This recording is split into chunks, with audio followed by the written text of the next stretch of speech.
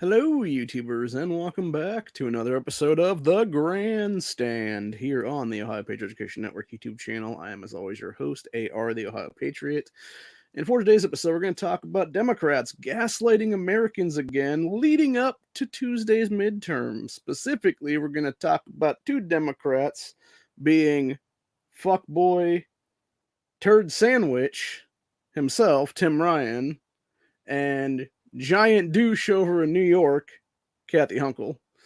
So specifically, when I talk about gaslighting people, I mean that legitimately, dude. They are legitimately lying to people's faces, is what it is.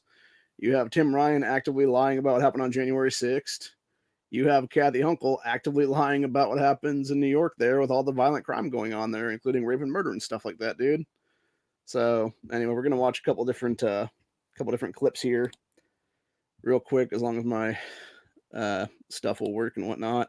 So the first clip here is from, I believe it is a town hall that CNN hosted here in Ohio at some point in the last couple of weeks or month or so, whatever it was. And it's basically Tim Ryan just straight up lying about what happened on January 6th. This is actually full credit to Black Conservative Perspective for gathering all this stuff for his video. I'm going to use the clips he put out here is what it is. So as long as my stuff will actually go up here. Okay, yeah, there we go. So, yeah, this is Tim Ryan basically mid-sentence lying about January 6th for about 10 to 15 seconds. They stormed the Capitol on January 6th. Lies. They beat up 140 police officers. Lies. Killed one. Okay? Lie. They killed one. You can hear the people calling him out on that shit. They're like, nah, you're a lying prick, bro. We all watched the video. We all watched the video. Yeah, and as you can hear the person say, people in the crowd saying, "You are a liar, sir." As they should, because he's a fucking lying sack of shit, dude. And I'm sorry, but like those kind of fucking lies, and I've said it before, dude. This is why we need to have automatic qualification to receive power in this country, as the 20th Amendment of the Constitution. The fact that Tim Ryan is still a sitting congressman after 20 fucking years is absolute bullshit, dude. This dude should have been removed from office decades ago, at least a decade ago anyway. He really should have been tossed out of office during Trump's administration when he walked out on the fucking State of the Union address, actually. That would have been the best thing to happen that day, honestly, dude. If he got chucked out of office that day, actually. But the entire point is, he needs to be tossed out of office, dude, period. The guy has no business being in any position of power in this country ever again. He is a fucking scumbag. He is a fucking traitor to this nation. He hates our constitutional republic. He wants to make fucking retarded bullshit ass videos recently of him going out there and fucking shooting a gun like a little fucking female, because that's the first time he's ever fired a firearm at that point, dude. And honestly, I wouldn't even be surprised if he didn't even fire a real gun at that fucking range, dude. I wouldn't be surprised if that was a fucking replica and stuff in some BB gun caliber or some fucking pellet gun caliber or something like that's what it is, dude. Because knowing his bitch ass, he probably would do that shit, honestly, dude. And that's the thing. It's a bunch of shit, dude. It's a bunch of bullshit entirely. And I, for one, am sick and tired of it. I think so many other people are too, as well at this point, dude. And that's why I honestly can't wait until Tuesday to where I can vote against this cocksucker, because he is literally a cocksucker for the Democrat Party, dude. Tim Ryan always has been, always will be. He's been a bitch for the establishment for fucking decades. He has been a bitch for America. Or I should say a bitch to help fuck America over. Been a Chi-Com fuckboy. You know, he's basically, more or less, he's Andrew Yang as a white dude is what it is, dude. Like, that's the only difference between him and Andrew Yang, honestly, is that one is white and one is Asian. But yeah, they're both fucking sellout pieces of shit for the fucking Chi-Coms at this point, dude. So, anyway. Moving on to the other video that we wanted to show today, which was this part of the thing about Kathy Honcul. This was her having a conversation with Don Lemon and stuff like that at CNN here in the last few weeks, month, whatever it was, where he was discussing all the most urgent issues facing New Yorkers today at that point, which was crime, followed by inflation, followed by, quote-unquote, protecting democracy. Yeah, pretty hard to protect democracy when you're literally a fucking constitutional republic, dude. Like, it's so fucking... I'm so sick and tired of the democracy bullshit, dude. And honestly, it didn't really used to bother me until I was speaking with some constitutionalists and became a big ass constitutionalist myself back in 2019, 2020. And now it just pisses me off to no end because it's like, we're not a democracy. We never have been a democracy.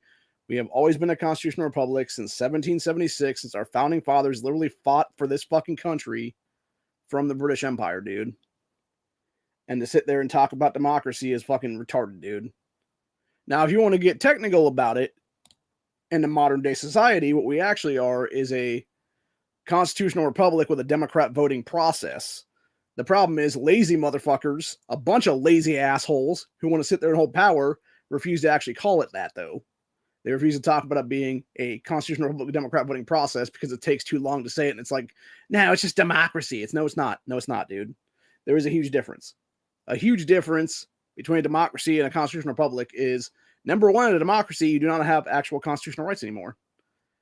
You usually a direct democracy, or usually what Brazil is actually, where you have fucking some asshole down in Brazil who is a fucking criminal being able to steal one province down there and then somehow becomes president, dude. That is a direct democracy right there, dude.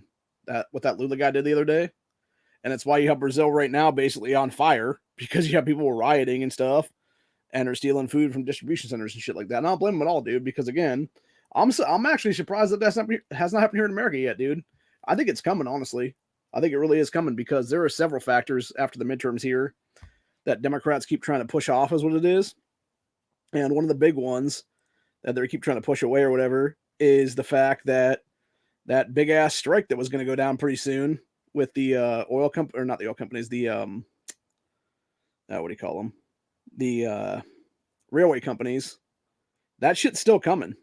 Like, that shit's still going to happen at some point here, dude.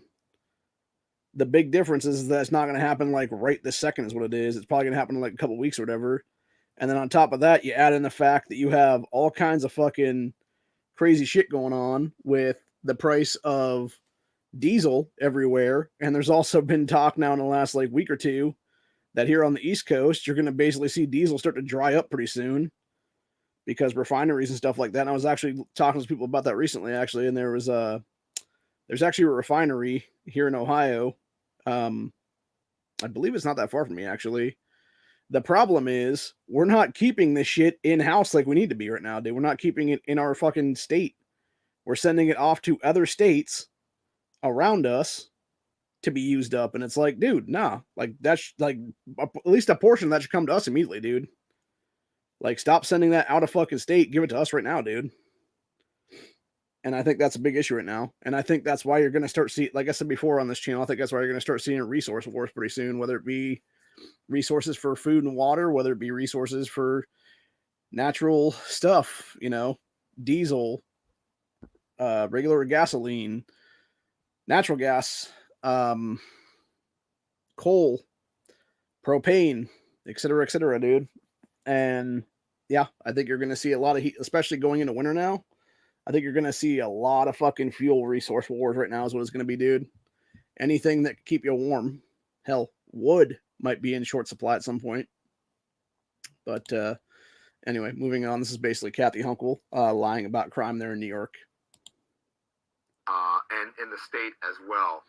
Yeah. Murder up 14.8% from October 2021 to October 2022.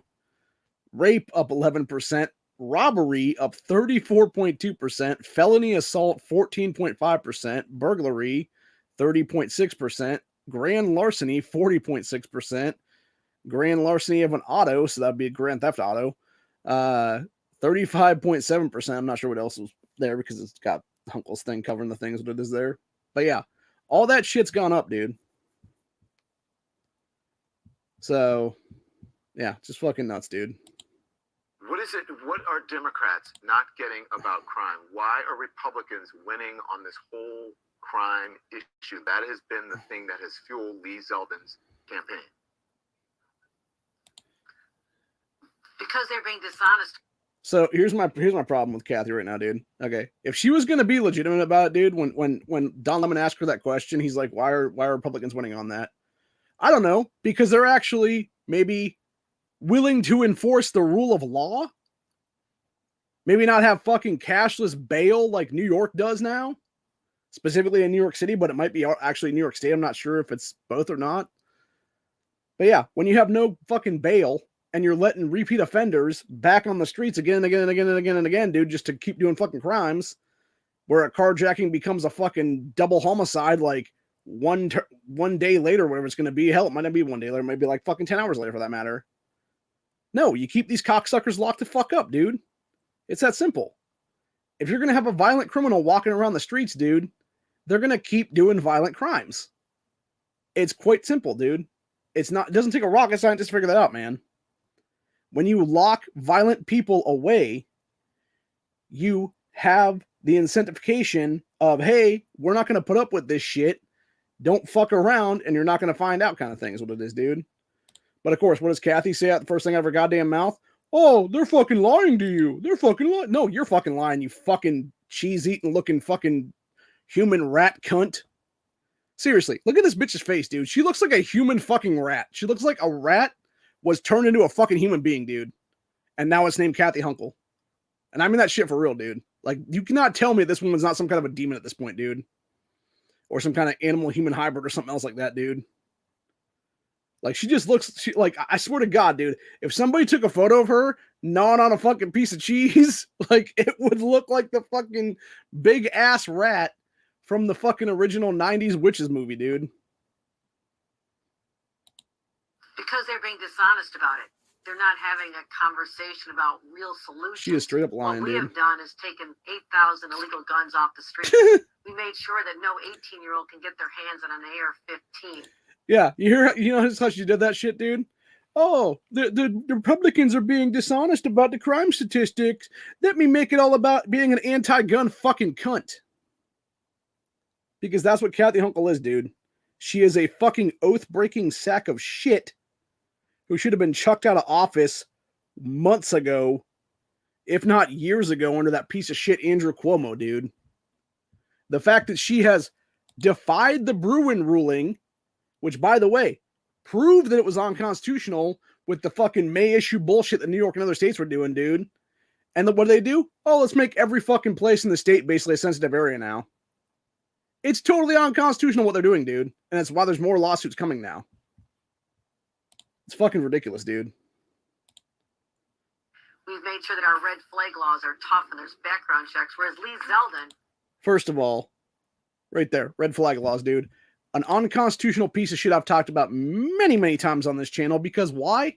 Because they tried to jam the shit through here. Every fucking Democrat that is bought and paid for by Michael Bloomberg dark money and is directly bribed in some cases, like Allison Russo, state rep of Ohio, have legitimately tried to push for that shit ever since Dayton, dude. 3 days after Dayton, these fuckers tried to push for that crap, dude. Dayton happened on a Saturday night / Sunday morning. These assholes were back in office on Wednesday afternoon trying to push that crap through our General Assembly. And thank fucking God, dude, that Democrats are a minority party in the state of Ohio and Republicans are the supermajority party in our state house. And they shut that fucking shit down immediately is what it was, dude. I would hate to think if that had ever been able to get through, dude. I'll tell you one thing. If that had ever gotten past anything to committees and fucking hearings and everything else like that, dude, not only would I have been down at the state house calling that bullshit out for what it was then and there, if it got to a governor's desk and got signed into law, dude, I would be suing the fuck out of this state times about 1 million at that point, because there is no fucking way that I'm letting that shit go through, dude. Especially after the bullshit I had 3 years ago with the fucking federal swatting that came directly after Dayton. When these fucking asshole fucking Fed boys were like, oh yeah, we wasted 6 days on this after fucking with me for almost an hour and a half of my life. It was legit somewhere between like 45 minutes and an hour and a half they were here that day fucking with me. And yeah, it's a bunch of shit, dude. And they knew they had fucking nothing. It was a fucking thought crime at best. Thought crimes aren't real crimes, by the way. People say stupid shit, dude. Doesn't mean they should be arrested for fucking various bullshit is what it is.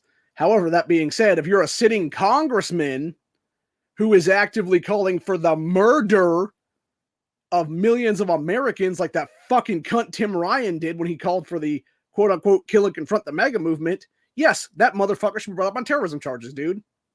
He should be brought up on terrorism charges. He should be removed from office immediately. And the fact that he still is a sitting congressman over a month after those fucking comments is ridiculous, dude. The fact that he's still not only a sitting congressman, but still running in Tuesday's election for a U.S. Senate seat is absolutely, utterly fucking ridiculous, dude.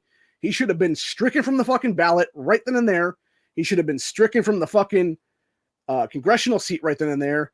He should have been removed from office entirely, and he should have been facing fucking felony charges, dude.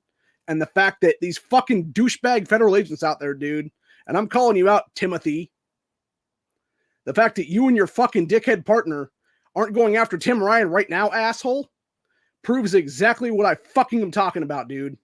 It's the 2 or even 3-tier justice system of this fucking country right now, and I'm goddamn sick and tired of it, dude. If you are a Democrat, you can sit there and call for the fucking murder of millions of Americans and not have anything happen to you at all, dude.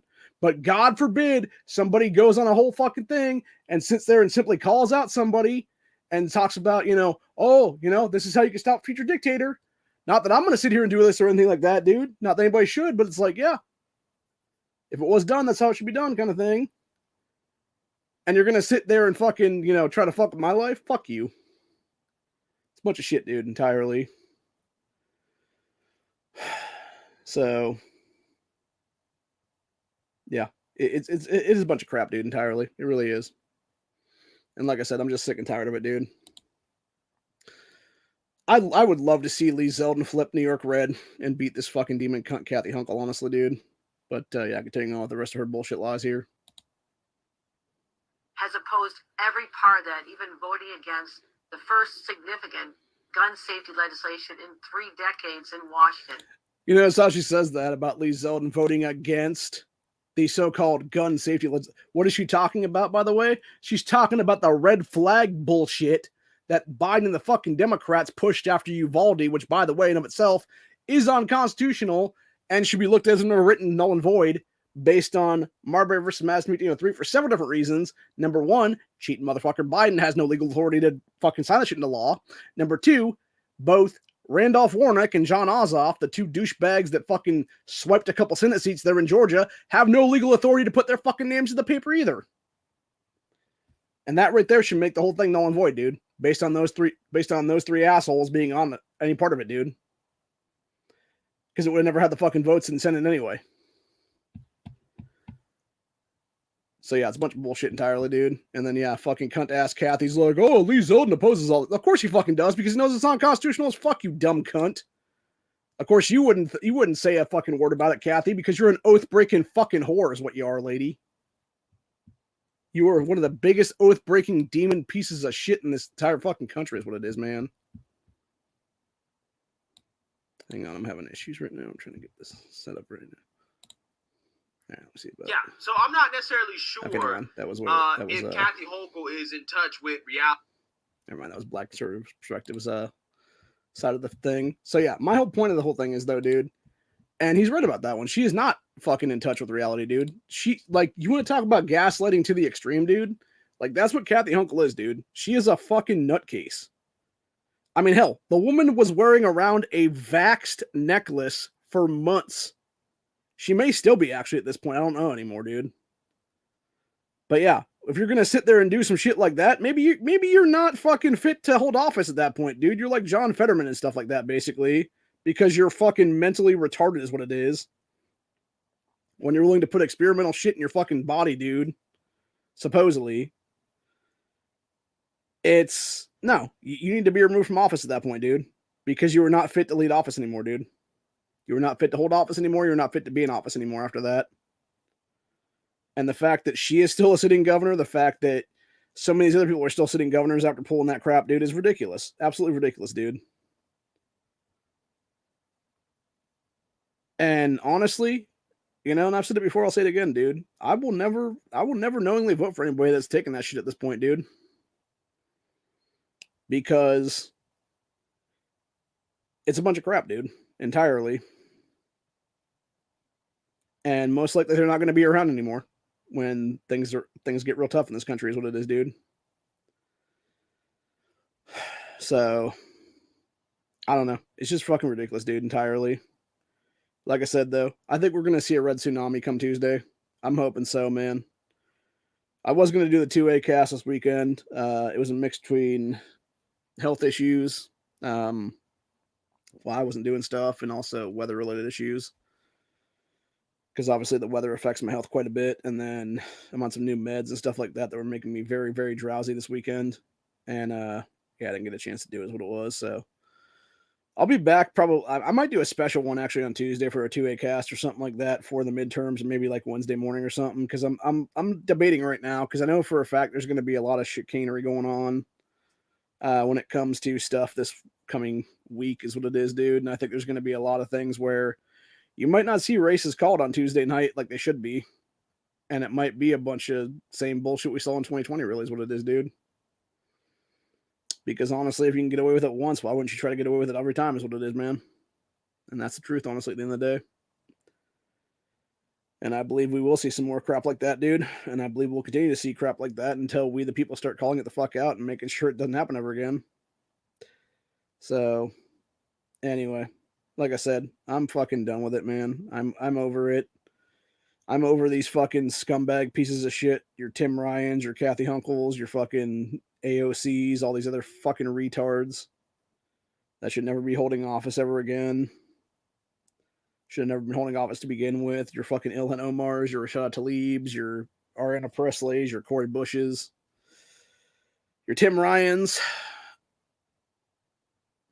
I don't know if I mentioned him before or not. I'm gonna mention if I did, I'm gonna mention him twice then, because fuck Tim Ryan twice. Actually, is what it is, dude. Like I said, I can't actively wait until Tuesday morning, dude, to go cast my ballot for JD Vance at this point, because fuck Tim Ryan. Fuck him right to prison, dude. Honestly, I'm going to say it like it is right now. The fact that you had all the people that were at that town hall not immediately get up and throw that cocksucker out of office and be like, you're not our congressman anymore. Go fuck yourself. You're out of office. Get the fuck out of here, and like toss him out of the fucking building and stuff, dude. That would have been the best thing to see happen right there, honestly, dude. But that's the problem, right?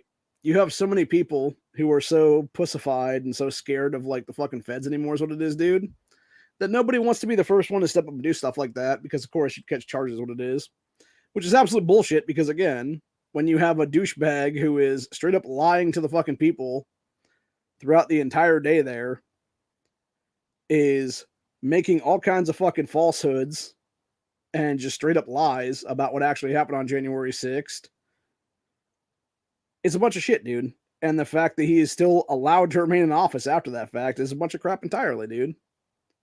And I've said it before, I'll say it again. It's a bunch of BS, dude. It's a bunch of BS that this asshole can sit there and be able to commit all kinds of fucking crimes, whether it be felony after felony of insider trading, which, of course, Senate and Congress can't be fucking held accountable for anymore, dude. They can't be arrested for that kind of shit, which is absolute bullshit that they're exempt from that.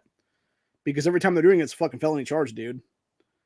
To every other felony that Tim Ryan's committed in office, dude, whether it be, you know, doing a bunch of shady shit behind closed doors to suck off China's dick, whether it be fucking all kinds of other shady shit, dude, when it comes to various other things, you know, like hell, I mean, the guy could be doing fucking cocaine for all the fuck we know, dude, like openly. Pretty sure that's a fucking felony in all 50 states. And it's like, again, why are these people not being held accountable for this shit, dude? Oh, yeah, that's right, because they're Democrats. That's right. Or they're establishment Republicans. That's why. And that's why I'm sick and tired of both parties, dude, at this point, honestly. That's why I seriously hope to see a bunch of people get into office this go around that are not establishment fools and stuff like that. That are actually good people again, that we can actually bring back to the fold and have it be something where you can actually see a decent America again at some point in the future, dude. And I believe truthfully, you know, as much shit as Tim Ryan keeps talking about JD Vance and fucking Chinese companies, he has never provided proof of this at all, dude.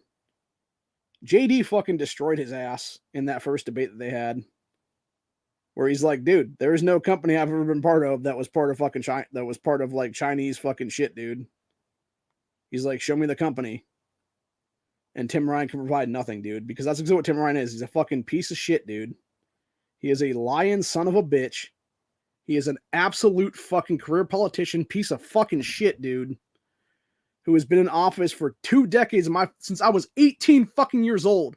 This fucking asshole has been in office, dude. Since I legally had the ability to vote in this fucking country, dude. Tim Ryan has been a sitting congressman. That's the fucked up part, dude. My entire adult voting life, this asswipe has continued to cheat his way back into office. And I have no problem saying that, dude, because I guarantee you, if the motherfuckers here at a state level in Ohio did their fucking jobs, whether it be Frank LaRose, current Secretary of State, whether it be Dave Yost, current AG, et cetera, dude, did their fucking jobs and did a proper audit of the 2020 election here in Ohio, they would have shown that Tim Ryan 100% pulled the same shit that Sherrod Brown pulled in 2018, dude, which was used a whole bunch of dead people that were purged from our voter rolls and then put back on by their fucking judge friends so they could cheat their way back into office, dude. And the fact that Sherrod Brown still has yet to this day, 4 years later, to catch any kind of charges for that shit, dude, is absolutely ridiculous, dude. Absolute ridiculousness. When it can be physically fucking proven that this motherfucker cheated his way back into office in 2018, and they did not a damn thing to stop it after they got into office the following January and were technically sworn in is what it was, because they all won in 2018 is what it was. It's like, dude, what the hell do you think people are going to sit there and actually deal with then? Do you think the American people are just going to sit there and lie down and take that shit, dude? No, we're going to be fucking pissed. And we're going to continue to be fucking pissed. And we're going to rightfully be fucking pissed. And we have a right to be fucking pissed, dude. Because it's a bunch of bullshit, dude. You are allowing active fucking voter theft to go on by scumbag ass criminals and doing nothing to fucking stop it. And that's why I've said several times, if Tim Ryan manages to quote unquote win the Senate seat this Tuesday, or if Nan Whaley somehow wins the Ohio governorship, I'm immediately swinging this fucking state under the Ohio Patriot Education Network moniker, dude. Because there is no way that either one of these cocksuckers can win legitimately, dude. There is no way that either one of those Democrats can win legitimately, dude. And I would actually say the same thing with Amelia Sykes at this point, dude. I don't believe that she has the votes in that fucking district. It used to be Tim Ryan's district, dude. And I would be willing to sue over that one too as well, dude. Because I don't think she actually has the votes there is what it is, dude. I think there's enough people that are pissed off about inflation. I think there's enough people that are pissed off about getting fucked over by the Democrat Party for the past 2 years at this point, that there was no way that she would have the votes there, dude, is what it is. I mean, hell, Sykes is only in the race because she won the fucking primary by default, dude. She didn't beat anybody to get in that to win that fucking primary, dude. She literally was the only Democrat running on the fucking ticket, dude.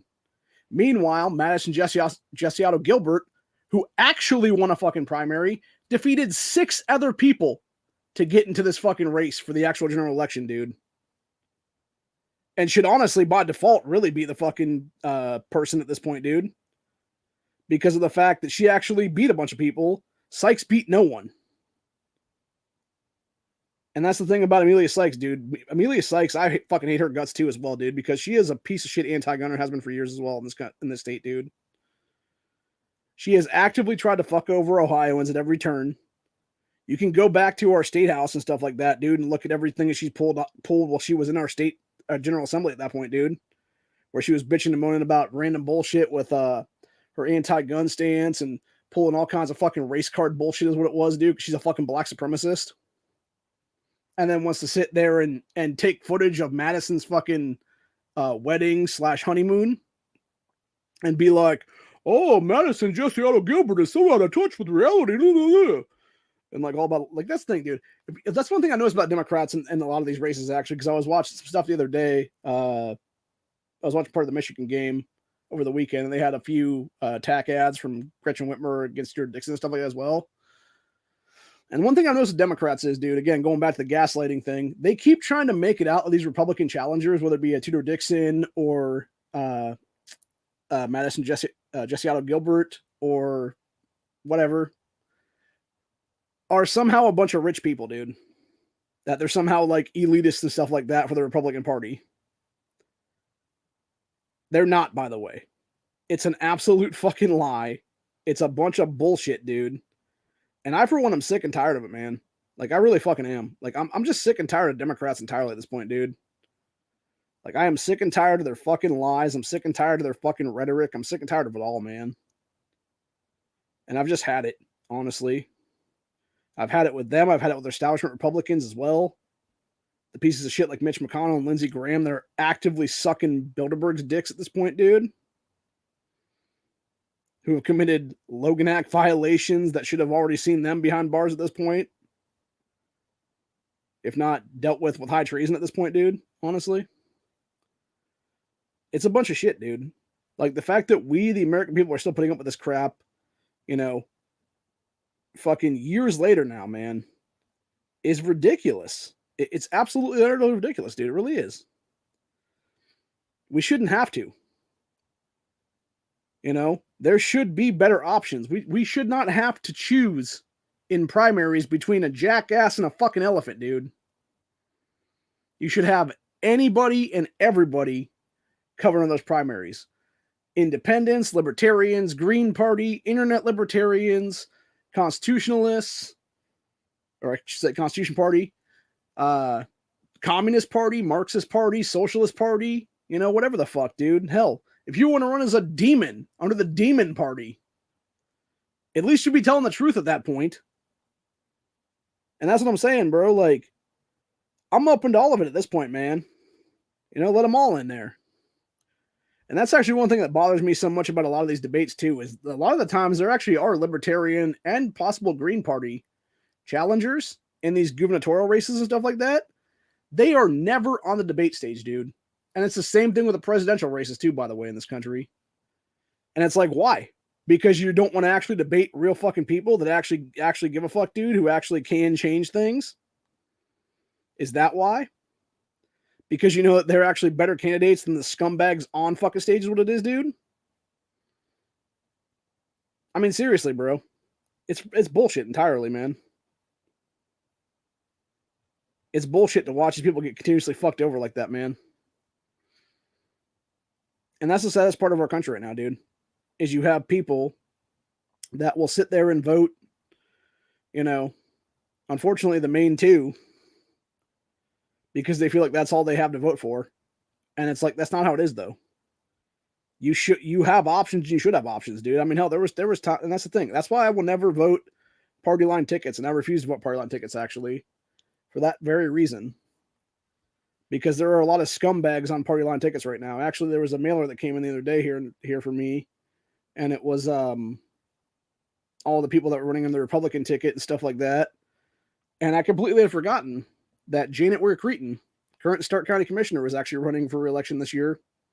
If I had thought better of it, honestly, when I was trying to run a couple years ago for governor, and then eventually for state senate is what it was, I would have said fuck it on both those two campaigns, dude, and simply just try to run for county commissioner at that point, dude, against her in the primaries, because I guarantee I could have primaried her ass out, dude.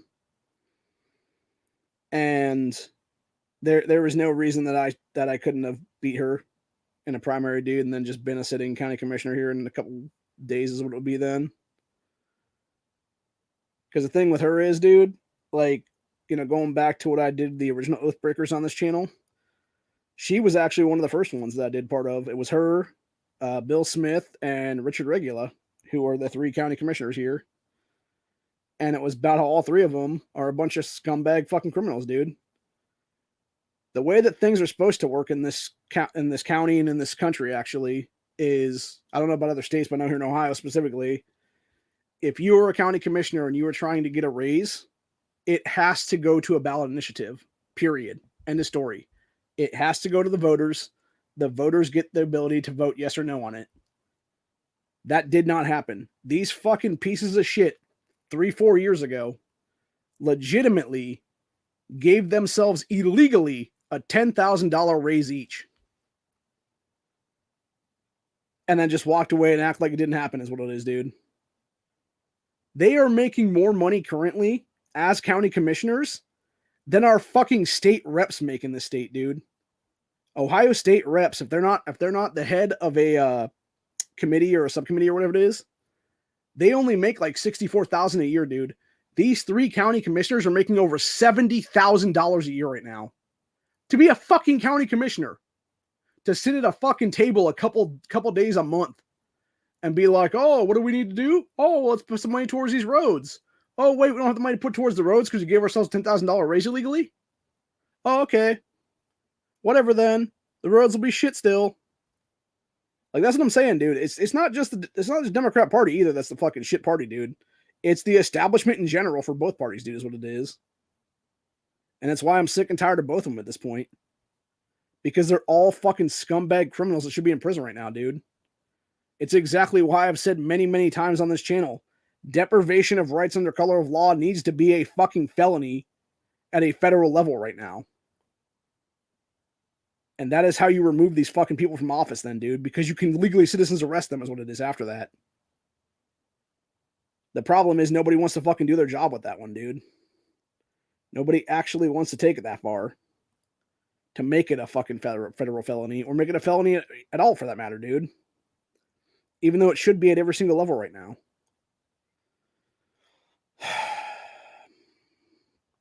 Like I said, I've just had it. I'm just over it, man. I'm just sick and tired of it. And the sad part is, I don't know who's actually running against Janet Ware Creighton this year. If it's anybody. If I know there's a woman that was running a couple times now. As a Democrat. I don't know if she's running again or not. I don't know if any third party's running or not. But I'll tell you what. If there's any other name on that ballot, dude, I will cast my vote for that other person. As long as it's not Janet Ware Creighton, dude. And if she's the only one on the ballot, guess what? I'm not fucking voting in that particular box. I will leave that shit blank. Because fuck her, fuck Bill Smith, and fuck Richard Regula, dude. All 3 of them, you should have already seen the Stark County Sheriff bring up on charges at this point, dude. And the fact that George ain't doing his fucking job because, shocker, he's over there sucking Tim Ryan's dick in the fucking first go around of the bullshit fucking attack ads as go around in this election cycle, dude. And bullshitting about JD Vance and everything else like that, dude. While being Tim Ryan's little fucking proxy ass bit. Hell, honestly, going back now that I think about it, dude, I wonder if it was George that actually taught fucking Tim Ryan how to shoot.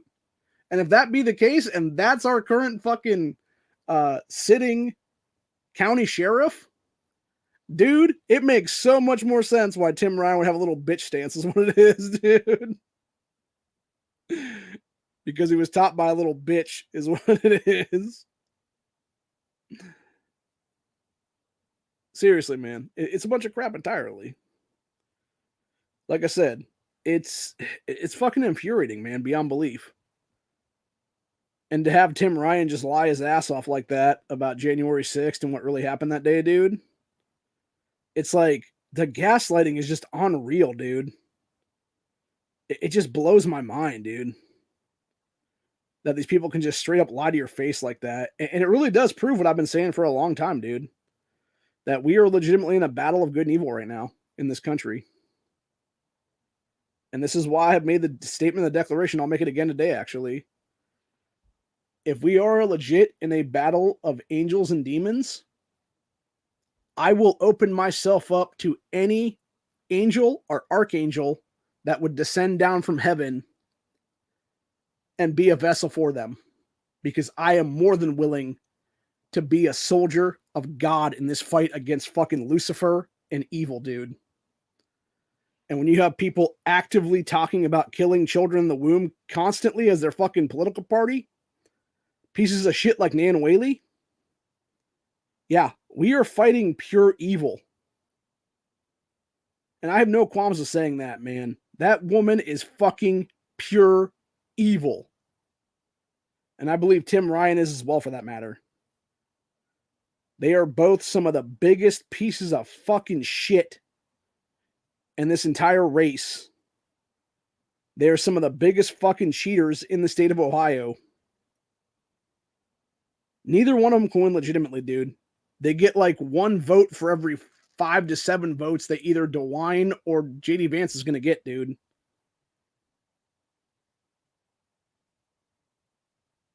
Yeah, they just don't have the numbers, dude, is what it is. They physically do not have the numbers to win. And anybody that says that they do is lying to your fucking face, man. I've crunched the numbers. You know, that's the one thing about autism, dude. Sometimes it can be bad, sometimes it can be good. Sometimes it can be used for good. And when you can sit there and crunch the numbers day after day, week after week, and figure out, like, no, these people just don't have the fucking votes, is what it is, dude. They physically do not have the fucking votes to go out there, man. It's like, you're just pissing away money. And that's the worst part of it, too, by the way. I was looking at what this governor's race and what the senatorial race here in Ohio have actually cost to run at this point. And you're talking about tens of millions of dollars, dude, in just ad buys and fucking campaign back and forth crap and trips across the state and everything else like that. It's like, bro, what the fuck?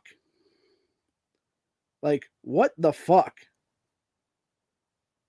You're sitting there spending millions of fucking dollars of both your money and other people's money for a job in the U.S. Senate that pays, what, $175,000 a year? In the state of Ohio, as governor, pays a little bit less than that, I think is what it is, like 155, 160,000 a year, something like that. And it's like, Jesus Christ, man. There really needs to be a money cap on how much can be spent in these races, dude, period. And I would say if you exceed that, you should almost be disqualified from the running at that point, man. Or at least face, like, seriously heavy fines is what it is. Maybe like a 3 strikes and you're out kind of rule would be a good idea of it being like, okay, you've exceeded, like, you know, oh, you've overspent like $10,000 already, or you've overspent like $50,000 already, whatever the case be. Now it's going to be like this much, you know, penalty or whatever for you. And then if you like do that like more than twice, like you're just out of the race is what it is then. So I don't know. Something to think about. Like I said, the whole money in politics thing is why our country is so fucked, I think, right now, honestly, entirely. I've seen it continuously in my lifetime. I've seen a lot of crazy shit happen in the last few years here. And I've seen a lot of sad things happen. And good people not be able to win simply because they just couldn't come up with campaign funds, is what it is. So people like myself, actually, even. And it's a bunch of crap, dude. The fact that you have to make X amount of fucking money just to even stand a chance to get into a primary, let alone win a primary, let alone get to the actual, you know, general election. When you're talking about millions of dollars just to be spent for a primary, it's bullshit, dude, entirely. There is no reason that should ever be a thing in this state or this country, dude. And God forbid you're in another state, like, good Lord. Like, I would hate to think how much it is in New York State there, man. Like, how much Honcul or fucking Lee Zeldin has spent in that race, dude. Like, good Lord, you're probably talking about close to $100 million at that point between the two of them, or more for that matter, even, dude. And it's like, for what? For a fucking governor's race? Like, goddamn, dude. And don't even get me started on, like, the New York mayor's race or the, you know, LA mayor race or something like that, dude. Which in a lot of cases, those people might as well be considered sitting governors, honestly, because of how big their cities are, dude. You know, it's like the same thing with Atlanta, Georgia. Honestly, I put that in that kind of thing as well, dude.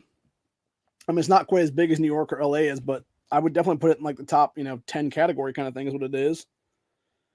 Where it's like a bigger place and you could easily be basically considered a sitting governor as a mayor. Because you almost have those kind of powers at that point because you have such a big population density in these counties that these major cities exist in. You know, whether it be LA County or whether it be, I'm trying to even think where New York City actually exists right now. And then, of course, you also have,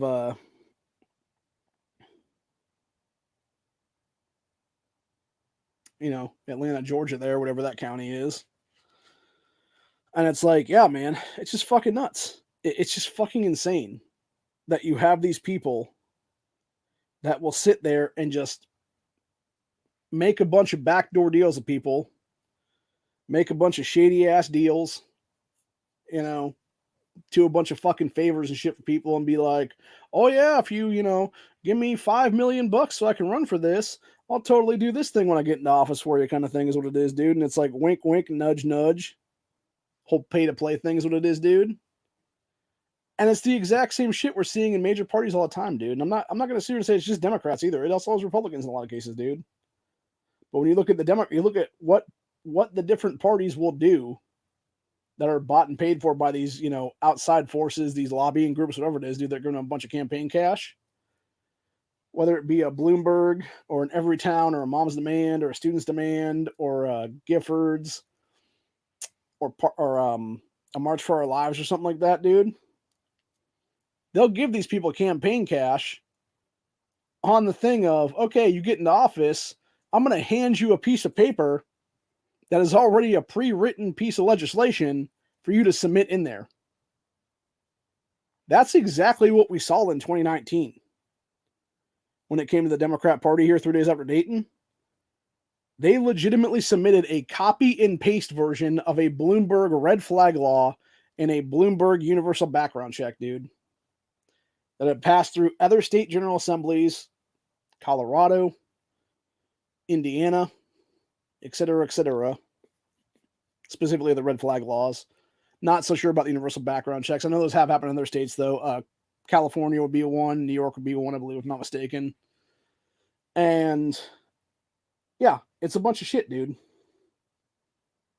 When all you're doing is changing a few names of stuff from like New York State to Ohio or California to Ohio, fuck you. Get the fuck out of here with that crap, dude. It's a bunch of shit all the way around, dude. It really fucking is. And like I said, I am just so sick and tired of all of it, man. And I think many other Americans out there that are watching this or have, you know, paid attention to what's going on in this election cycle, dude, are sick and tired and fed up with it too, man. And what do I think we're going to see, actually? I think we are going to see a red wave in the next couple of days. I believe, truthfully, what we may end up seeing as well would basically be the shitty-ass fucking Democrat Party destroying everything in the coming months, you know, beginning of next year, etc., and then trying to blame it all on Republicans that just got into office, dude. Even though those people had nothing to do with anything at all, dude. It's like they just got here, motherfucker. You've been in here for like 25, 30, 40 fucking years, 50 years in some cases, motherfuckers. It's like, nah, that's on your head, Nancy Pelosi. That's on your head, Chuck Schumer. That's on your heads, Mitch McConnell and Lindsey Graham. That's on your head, Dianne Feinstein, Maxine Waters, etc. Now, granted, I specifically mentioned McConnell and Graham by name because they are two fucking rhino sacks of shit, and they've been some of the ones that fucked us over several times now, dude. Whether it be for anti-gun legislation, whether it be for fucking other shit for their Bloomberg buddies is what it is, dude. And yeah, it's a bunch of crap all the way around, man. It really fucking is. And that's why I've said several times, I'm just over it, man. I am so sick and tired of the establishment at this point, man. I have had it with these fucking people, dude. They are some of the biggest motherfucking scumbags in our entire country. Most of them are active child molesters for that matter, dude. And yet none of them are brought up on charges, dude. And it's like, come on, man. And that's the problem right now. You know, it's mutually assured destruction in a lot of these cases, dude. It's just like the whole Ghislaine Maxwell thing and the Jeffrey Epstein shit, dude. Like, how many sitting people in Hollywood, how many sitting people in our government are on the Maxwell fucking manifestos, dude? I guarantee there's a lot of them, dude. And I'm sure in some cases it'd be people you wouldn't even think of, man. It'd be like, oh my God. It's like, oh, that dude or that chick was such a heartfelt fucking, you know, TV parent or whatever the case be. Oh my God, they're a fucking child molester? Holy shit. Or it's, you know, some random, like, what you think is like a squeaky clean person in Congress or Senate or whatever, dude. And it's like, oh shit. I did not see that one coming. And now, granted, I've talked about this several times when it comes to Hollywood and stuff. I think the real reason that you haven't seen, you know, all the shit go on there with pedophile rings that are also connected to our government finally being outed is because there's so much evidence of various things on people is what it is, dude. Whether it be a Matt Damon type or a Ben Affleck or somebody like that got their dick sucked by some girl who claimed she was 18 and then it turned out she was like 15 or 16 or whatever. And now they got you by the balls. And they're like, oh, if you say anything about this to anybody, like, oh, we're just going to out this video of you, getting blown or whatever by some chick is what it is, dude.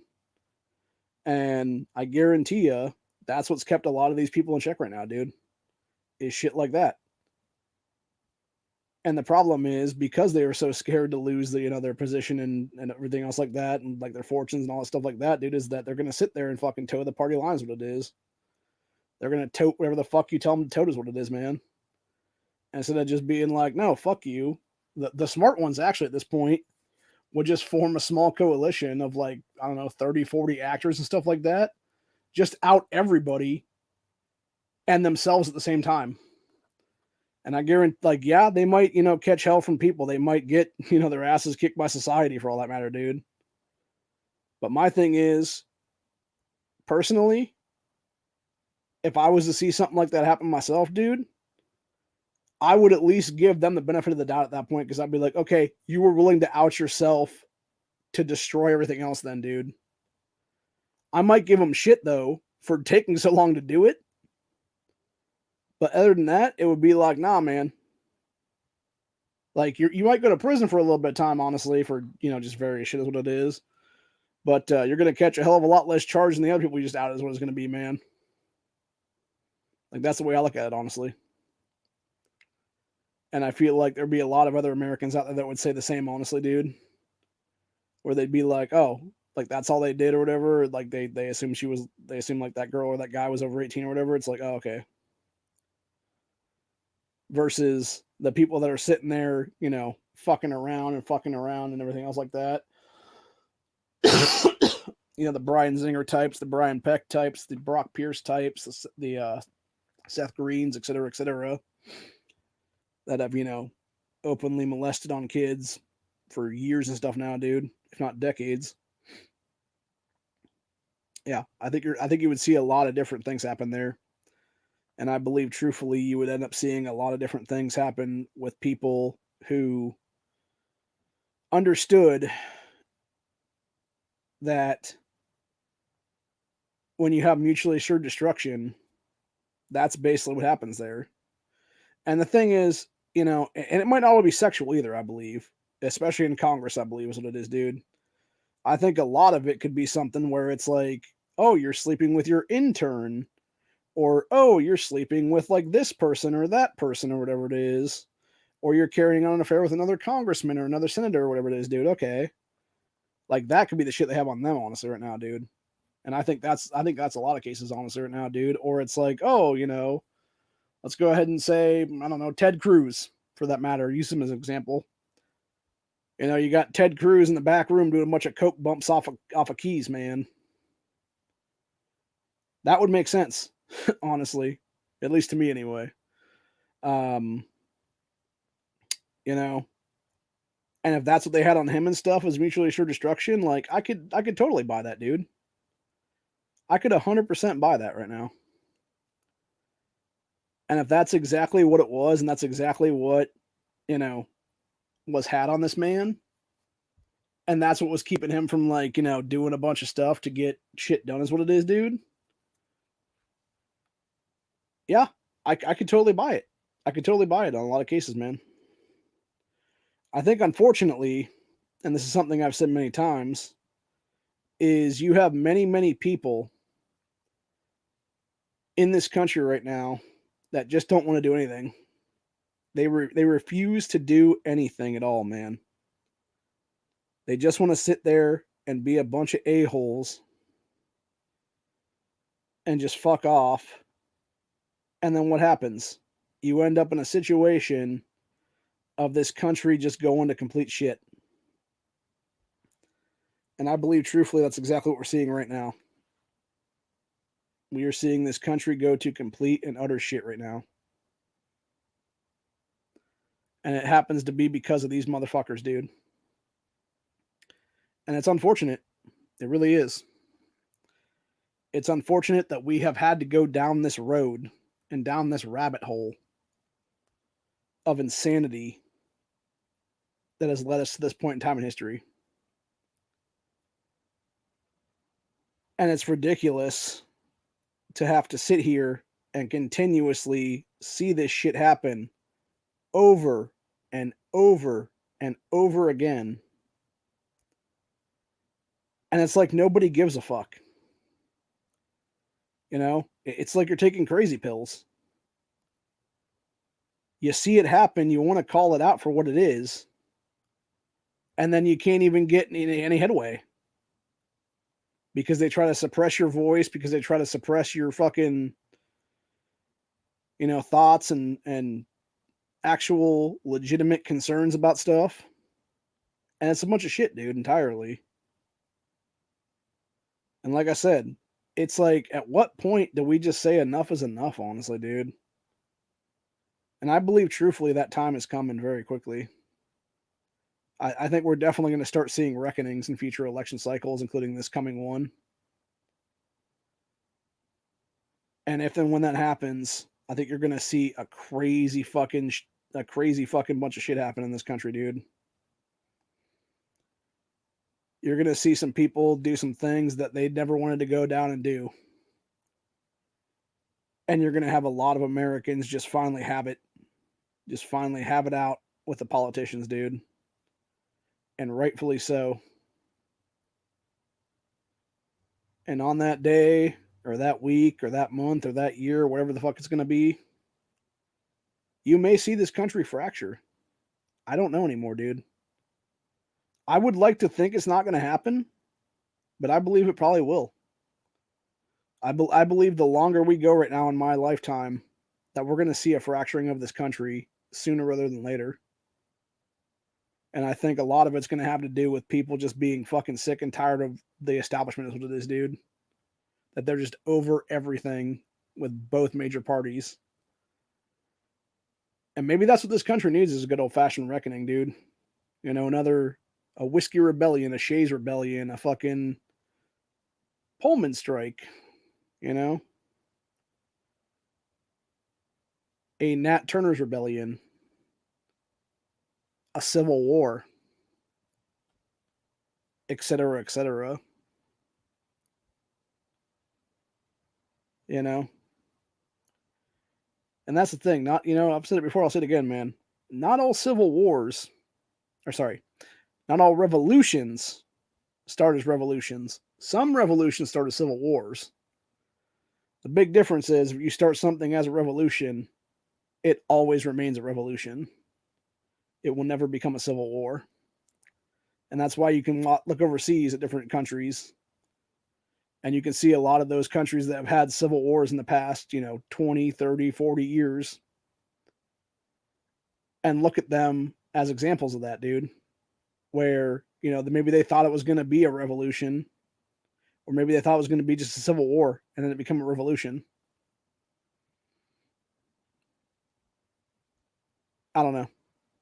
It's just, I think we're definitely seeing the fall of Rome at this point. And I think we're living in the last days of this country right now, dude. The last good days, I should say, of what used to be the United States of America. And I don't know what's going to come right now. I don't think a lot of people do. And I think that's why a lot of people, including myself right now, we are a little bit frightened of what's going to happen this week. I mean, hell, you've already got fucking Biden, Tim Ryan, Maxine Waters, Nancy Pelosi, etc., putting fucking political assassination on the table for months now, if not years now. I mean, Tim Ryan's MAGA shit plus fucking Biden's, dark red speech. That was all this year.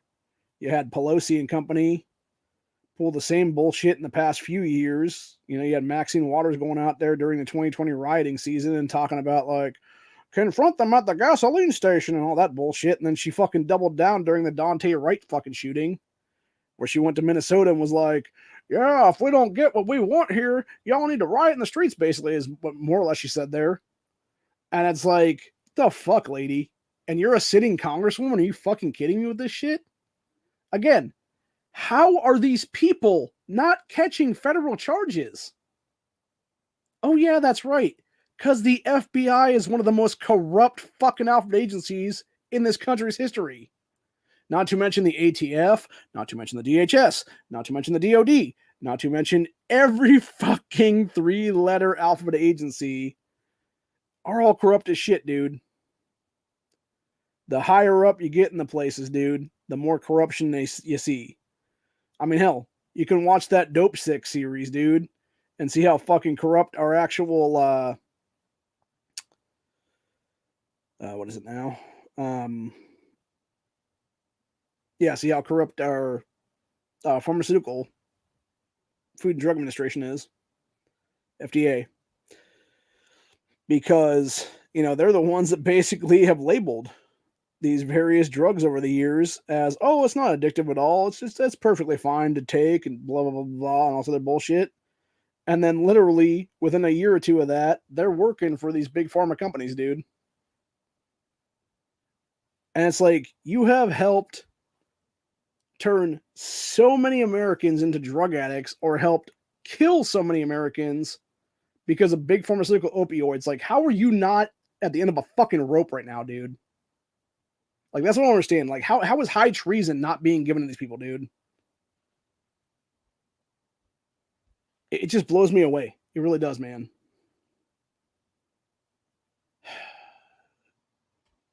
Like I said, man, I'm just over it. And I think so many others are too.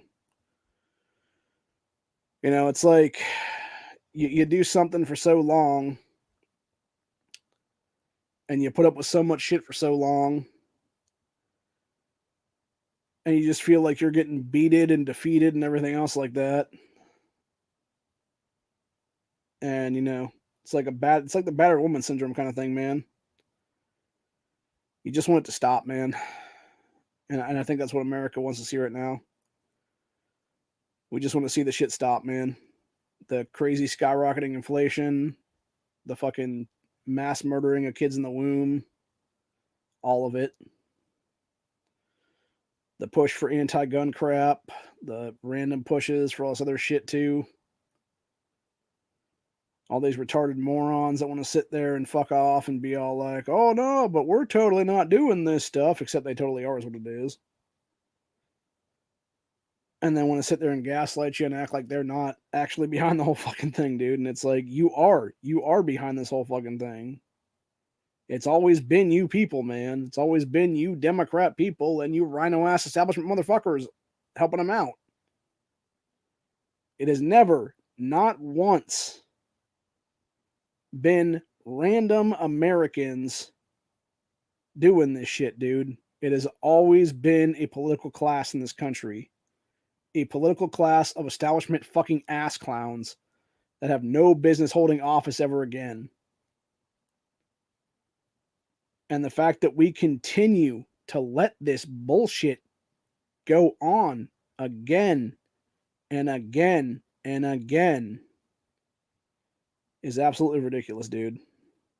Absolutely ridiculous. And I believe that we're soon going to see that reckoning, dude. I think it's going to start here in the midterms, and I think it's going to go all the way through 2024 and beyond right now. Because you're going to have so many Americans that are just so over it, dude. Actually, I was talking to my mom last night about one of my cousins. She's getting up there in years. She's not going to be on this earth too much longer. She's an awesome old woman. You know, and that's the thing. People always want to talk about racism and shit like that, dude. That's how these people grew up a lot of the times.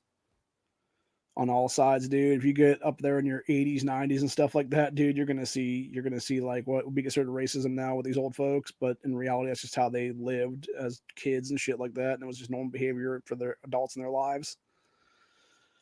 So, yeah, she was talking about some stuff recently, and she mentioned there's a woman who is I believe, state aide of some kind. For her neighbor lady, where she goes and does like cleaning at this neighbor woman's house every couple days or whatever it is. This woman was talking about how she used to vote straight Democrat tickets And, oh, I'm so fed up with some of the Democrats in this race this go around, I'm probably not even going to vote now. Like, what the hell? Like, that's what I'm saying, dude. Like, what the hell kind of fucked up nonsense is that? That you're going to be like, oh, I'm so disaffected with this party that I've been voting for the past, 30 years or whatever. How about instead of voting another way, whether it be independent or Republican or something else for that matter? No, let me just go ahead and not vote at all, dude, and just waste a vote then. Like, that's just dumb entirely.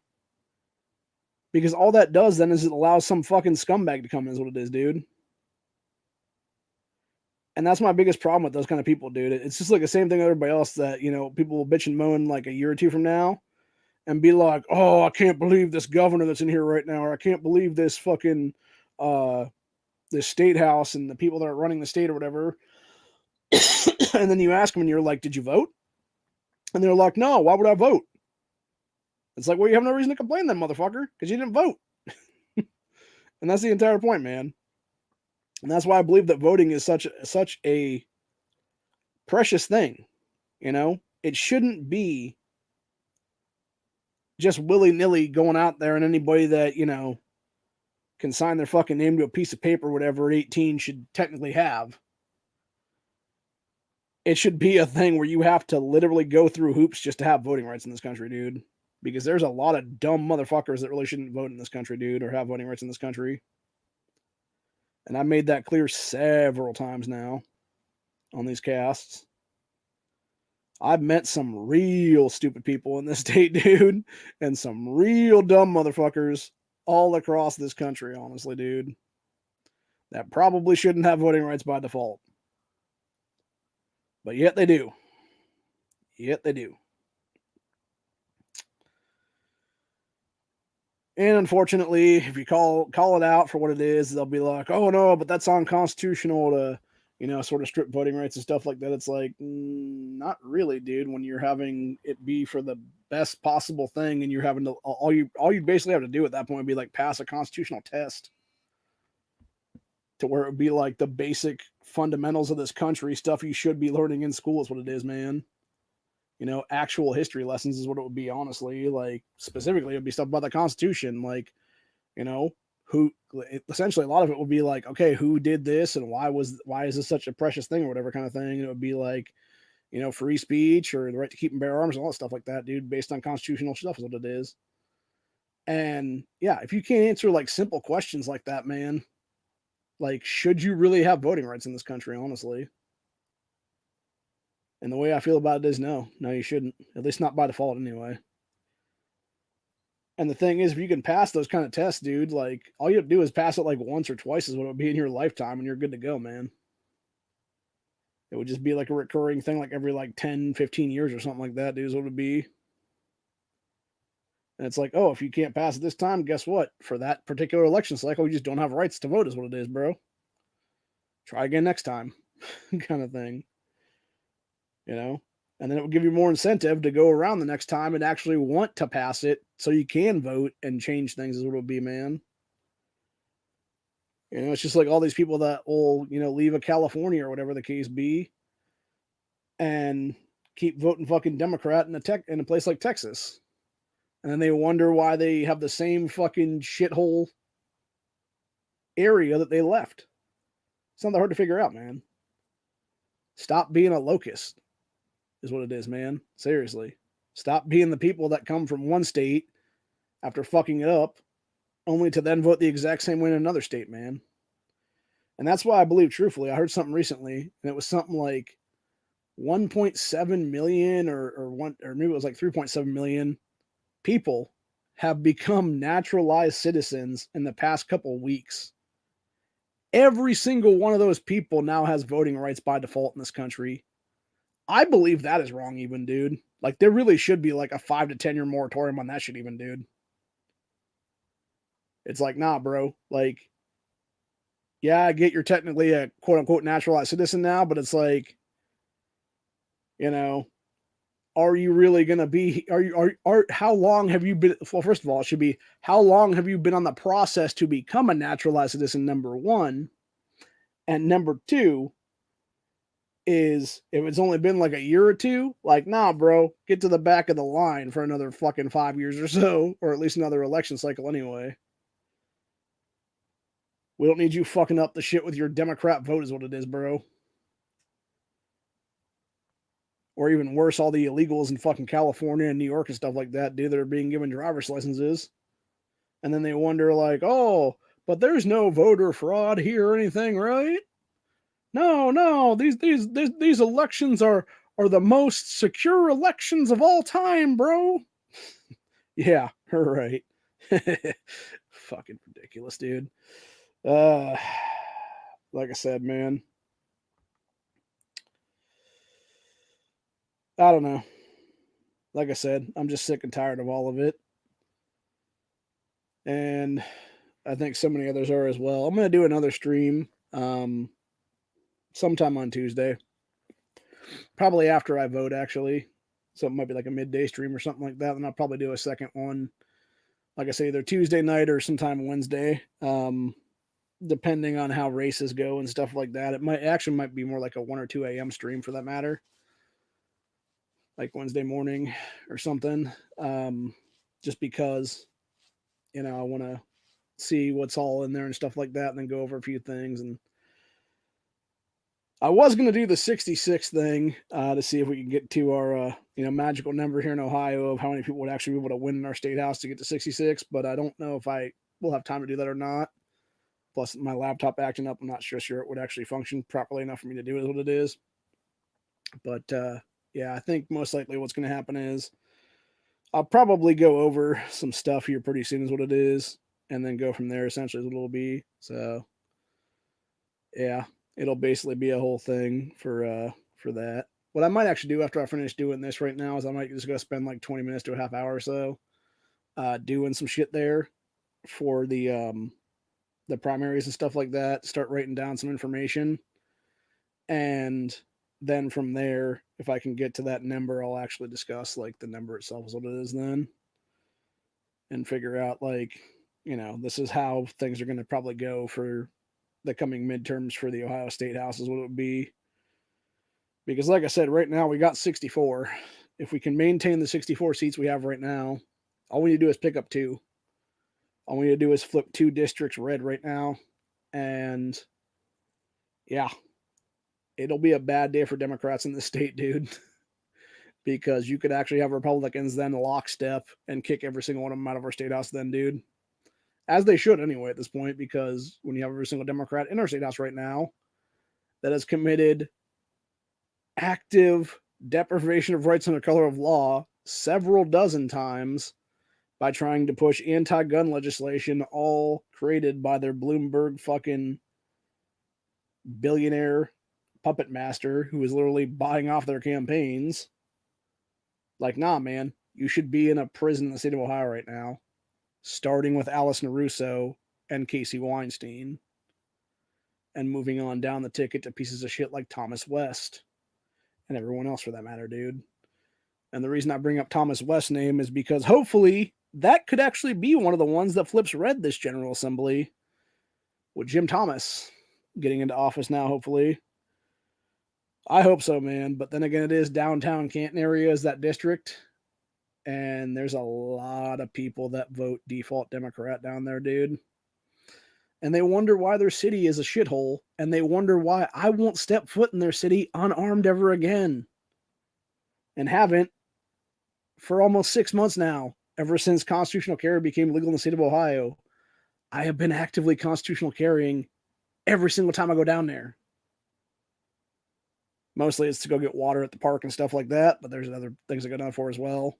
And yeah, I will not be unarmed in that fucking city, dude, because there's a lot of shady ass looking motherfuckers down there. And there's a lot of fucking just like creepy ass people down there, dude, that I think could easily be a threat to my life and my safety at some point. They want to go do some criminal gangster shit in the middle of the day or whatever, dude, like they best be prepared because we are a constitutional carry state now and I have no problem using it, dude. I have no problem standing my ground and stand your ground state is what it is. And it's really as simple as that, man. And like I said, I believe it truthfully, going back a year and a half ago, it was the fucking spillover from those assholes in that fucking city that led to my house being burglarized and my firearm being stolen. And it fucking sucks, dude. And it's been over a year now. It was a January 2020 or July 2021. So it's been about 16 months almost now. And yeah, still not a fucking peep. Still not a peep from the sheriff's office. Still nothing from the detectives. Nobody, dude. And I'm pretty sure it's just a cold case now. I don't know where that gun is, but I miss it. I miss it a lot. And it's mostly because of the fact that that was my rimfire competition rifle. And I was literally going to set that motherfucker up when it was stolen on that Tuesday. I was going to set it up that Friday, Saturday, and cite the bitch in to do a full co-witness so that I could then, a couple weeks from that time, go do my first rimfire competition. And I never got a chance to do that because it was stolen. So these fucking assholes potentially cost me money. And I'm not talking about just a little bit of money. I'm talking about quite a bit of money, actually. Because I know damn well what my shooting skills were back then. And I could have easily taken money prizes in those kind of competitions, dude. So, yeah, it just pisses me off to this day that it was stolen. And the way it all went down just fucking irritates the hell out of me, dude. Not to mention, you know, that and other stuff is, you know, made me all fucking nuts is what it is. And yeah, it's not good when it makes you mental, man. When you have trouble sleeping because you're actively living in a crime scene now the rest of your life. Just sucks, man. At least if they caught the motherfuckers, at least then I'd be like, okay, I'm still technically, you know, living in a crime scene, but like, at least then it would be like, okay, you know, my property is back with me now. These fucking people are in jail now. I don't gotta worry about them ever coming back here again, kind of thing. I don't think they ever will, but you know, again, it's one of those things where it's like, you know, you hear noises and shit outside, and you go investigate, and you're like, hey, come on out, man. And you're armed at the time. And that happened several times after that too, man. And it was not fun. It was not fun going outside at, you know, 2:30, 3 o'clock in the morning, you know, leveling a shotgun in the fucking darkness and you know, hoping that nobody's going to come out and attack at you is what it is, man. So, anyway. Like I said, though, it is what it is right now.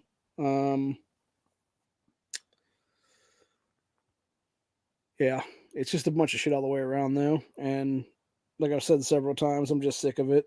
I'm just sick and tired of it. Sick and tired of the gaslighting by the Democrat Party. Sick and tired of the bullshit fucking lies of the establishment Republican Party. I just hope things change and they change for the better this election cycle. And it's a bunch of America First candidates getting in there. Which I believe people like Madison Jesse Otto Gilbert are. I believe people like J.D. Vance are. I think they see the writing on the wall. And, you know, when they are able to help fix something, dude, that's how this country should be run. It should be run by business people anymore, dude. You know, I think that's why Trump was one of the greatest presidents in his tenure. Even with his hands tied behind his back and stuff by the fucking Democrats and everybody else like that, dude, all the fucking swamp is what it is. He was still able to get shit done. And it's because he came from a businessman background. Whereas where'd all these other assholes come from? They came from fucking, oh, let me be a politician in this fucking state for a while. Now let me go to this fucking, you know, thing at this federal level. Now let me go to this thing and try to run for presidency is what it is, dude. And that's the problem. You know, when you go back to everybody, whether it be Obama or Biden, Bush Jr., Bush Sr., Bill Clinton, all of them, dude. Hell, even fucking Reagan. They were pretty much all career politicians, dude. You know, Reagan was a fucking scumbag for sure, dude. That guy was a sack of shit, man. People always talk. That's one thing I always hated about my fucking, aunts and uncles and stuff like that were these Reaganite people, dude. Growing up in the 90s and shit, they're like, oh, it's so bad now. I wish we had Ronald Reagan again. I'm just like, what? The fuck are you talking about, old man? And yeah, they kept saying that shit all throughout my adulthood, and I'm looking into it now, and I'm like, you realize that dude was solely responsible for like a shitload of gun control and a shitload of illegal immigration in this country, right? Like, he fucked us over twice, dude. He fucked us over with chain migration, where you had one person come in here, get, citizenship of some kind or whatever it was, asylum seekers, whatever it be then. And then they were able to bring over like 50 family members because of that, dude, through various ways, whether it be, a mother bringing over the father, and then the, grandparents, and then the grandparents bringing over some cousins, et cetera, so forth and so on. And then also, you go back and look at the 86 Hughes Amendment. That's the thing that pisses me off about the NRA to this day, man, is, the NRA, National Rifle Association, wants to sit there and talk about how, oh, we're so pro 2A and blah, blah, blah, blah. They didn't do shit for fucking gunners in this country, dude.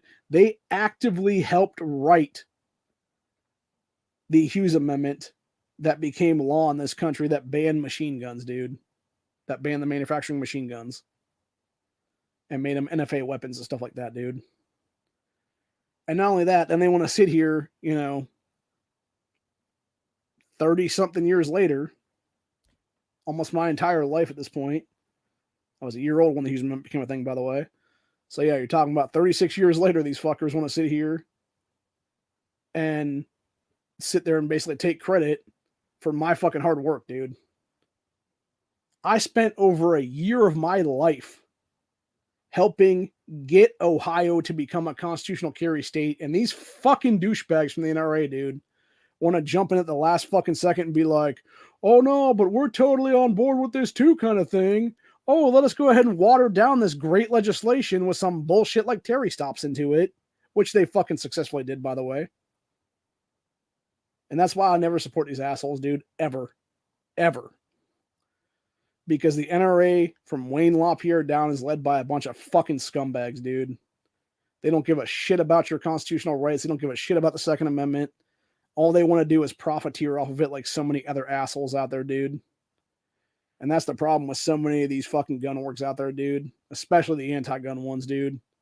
They just want to profit off of your fucking, specifically the Bloomberg type ones, the fucking, every towns, the Mama's Demand, the Students Demand, the Giffords, the Brady Campaign, March for Our Lives, all those assholes like that, dude.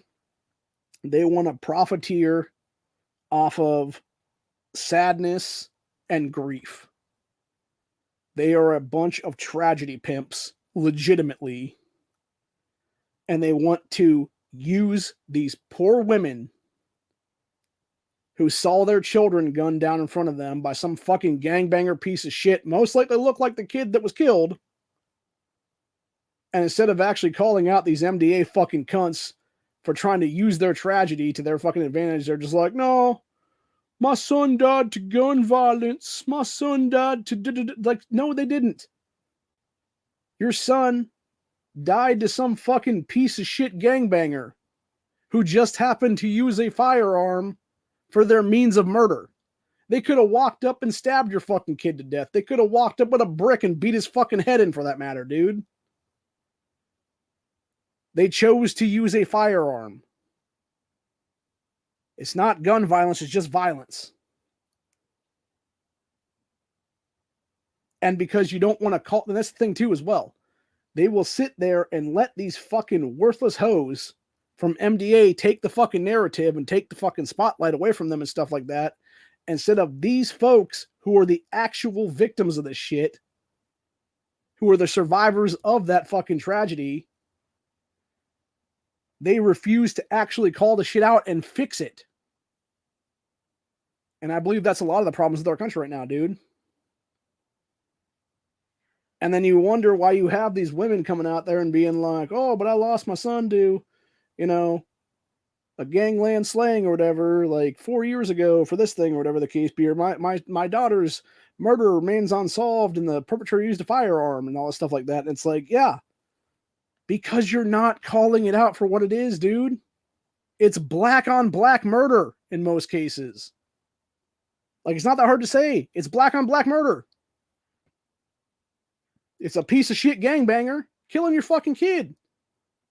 Most of the time, it's a fucking 13, 14, 10, 12-year-old fucking kid being given a stolen firearm to go kill your fucking family member to get gang initiated. And it's these young kids that are coming from fatherless homes, which is the root cause of almost everything in this fucking country right now, dude. And it goes back to the 60s. It goes back to the 70s. When you had the fucking Democrat Party back then giving people handouts left and fucking right as long as there was no man in the home. They actively destroyed the black household in this fucking country, dude, to profiteer off future voter bases. And the Republicans just sat by at the time and did fucking nothing. Or in the same vein of things, have actively to this day sat there and acted like they were doing something, but they didn't do shit, man. Because they're all in cahoots, dude. It's a fucking uni party at a federal level in most cases. The higher you go up the chain, the worse it gets.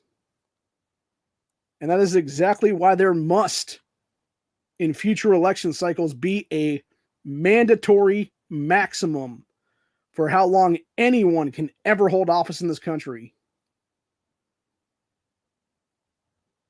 15 years across the board, I think would be a good idea. You know, if you want to run for anything, you want to run for a state house, you want to run for federal office, whatever the case be, dude, you got 15 years. Then you're done forever. You can't go do lobbying shit. You can't go do anything like that, dude. You're gone from politics and you're gone from the fucking political spectrum entirely is what it is, dude. Go back and get a real job. But that's the problem with so many, dude. So many of them refuse to do that shit. So instead, they'll become a congressman or they'll become a senator. They'll become a state rep or a state senator for, 3, 4, 6, 8 years, whatever it is, until they get termed out. Depending if there's term limits at the state level or not. Or if it's a federal level, they'll just do it until they want to stop is what it is. And then they'll sit there and they'll go work for a fucking Goldman Sachs or some other brokerage company or something like that, dude. Or a Freddie Mae or a Fannie Mac or whatever it is, dude. Freddie Mac, Fannie Mae. That's what I'm thinking of now. That's exactly why during Obama's administration they called fucking it government sacks, dude, because at that point it was. You had the turnover of everything in this country, dude. Where you had these people that were working for Goldman Sachs like fucking crazy, would just come into the government then and become some Obama lackey for a little bit. And then a couple of years later would flip back to Goldman Sachs again. And you can't tell me that there ain't a fuck ton of insider trading going on there, dude. There's a reason why when Obama left office, he left with more money than when he went in. By like hundreds of millions of dollars. When the motherfucker would have never made that much cash, dude. He would have made a few $100,000 from being president for those, 8 years is what it is. It's the same thing with Bill Clinton and Hillary Clinton, dude. They walked in pretty much poor, walked out fucking multimillionaires, dude. The only one that left office poorer than he was when he went in was Trump. Legitimately. It's because he wasn't a corrupt piece of shit like all the others were, dude. And I'm not going to sit here and say Trump doesn't have his faults. He does, man. The whole fucking, take the guns first, due process after thing, that fucking pisses me off to this day, honestly, dude. And that's why I'll never vote for that guy ever again. Then the most recent shit here when he was doing some, I don't know if it was like in PA or where the Save America rally thing was at there the other day. And he was bitching and moaning about fucking DeSantis being a piece of shit or whatever now. And it's because Ron DeSantis doesn't want to run as Trump's fucking VP is what it is in 2024. DeSantis is most likely going to run as president than himself. And I'll tell you what, I would much rather vote for a Ron DeSantis over a Donald Trump than right now. Hell, I'd much rather vote for a fucking Kristi Noem Ron DeSantis ticket, actually, where she would be president and he would be VP, because at least she was the most constitutional governor during all the 2020 lockdown shit because she never shuttered her state. And that is a reason why I have endorsed her for this midterm election cycle. because she is an actual constitutionalist. She actually gave a fuck and crunched the numbers and did all this other stuff, dude, where she was like, nah, bro, like, this is not as bad as they're making out to be. Like, we're not going to shut the state down. We might shut a county down or two if it gets real bad or whatever, but like, we're not going to shutter our fucking economy and destroy our fucking economy for the next 15 to 20 years of our lives. Every other governor did, man, including DeSantis for that matter. Now, granted, I think what we know now, DeSantis actually is kicking himself in the ass several times since then about that, dude. Because he was one of the first ones that opened back up pretty quick, actually, as well, dude. I remember when I was watching wrestling during all the lockdown stuff, dude, and you still had AEW running events down there in Florida, and it was because DeSantis was like, okay, you know, people still need entertainment and stuff like that. You guys are good to go. Here's what it is. And that's when he like started to open stuff up again, is what it was. Then he realized like, oh, okay, you know, our numbers are going down, and you know, oh yeah, all these mask things are just BS is what it is, take them away and stuff like that. Yeah, it worked out well then. And then you had Greg Abbott do something similar in Texas. And, you know, eventually Ohio ended up opening back up again, only because fucking Dementia DeWine was still under fucking Amy Acton's dumbass spell. By the way, for those wondering why Ohio actually shut down for 442 days, it wasn't 100% because DeWine was governor the whole time, dude. It was because his health director, Amy Acton, who was a Democrat bitch who used to work for Obama, literally seized power in the state for a good 2 to 3 months and became de facto governor without any election ever happening between basically March and June of 2020. So that roughly 90 days was all her, man. With the whole 2 weeks to slow the spread, you know, 14 days to flatten the curve, I think that's how she put it, or something like that. And it was all bullshit that never was a fucking curve.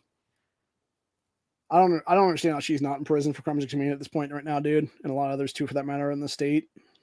Like, that's the one thing that does bother me quite a bit, dude. Even Nan Whaley running for governor right now as a Democrat, her shuttering Dayton down, dude, she should be in prison for the rest of her damn life at this point, minimum.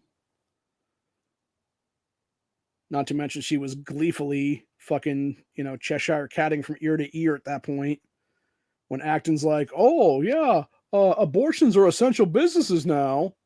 And that all happened between March and May of 2020. How many thousands of Ohioans were permanently snuffed out during that time? I have no idea. A lot, though. A lot, especially in Dayton. And yeah, that sick demon cunt Nan Whaley is all about it, man. All about the abortion. All about the child murder in the womb. And that's why I can't stand her fucking guts, dude. I hate that woman's fucking guts, and I will forever fucking hate her, dude. If that bitch was on fire, I wouldn't spit or piss on her to put it out. That's how much I fucking hate her, dude. I would just let her ass burn.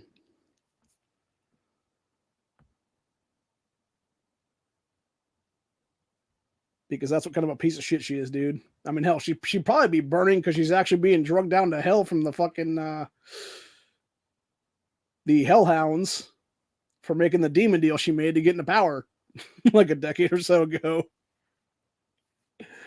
That's probably why she'd be on fire at that point. It'd probably be some hellfire I couldn't put out anyways, what it'd be then. You know? But anyway. I don't know. Like I said, man. I believe, truthfully, though, we are 100% fighting pure evil in this country.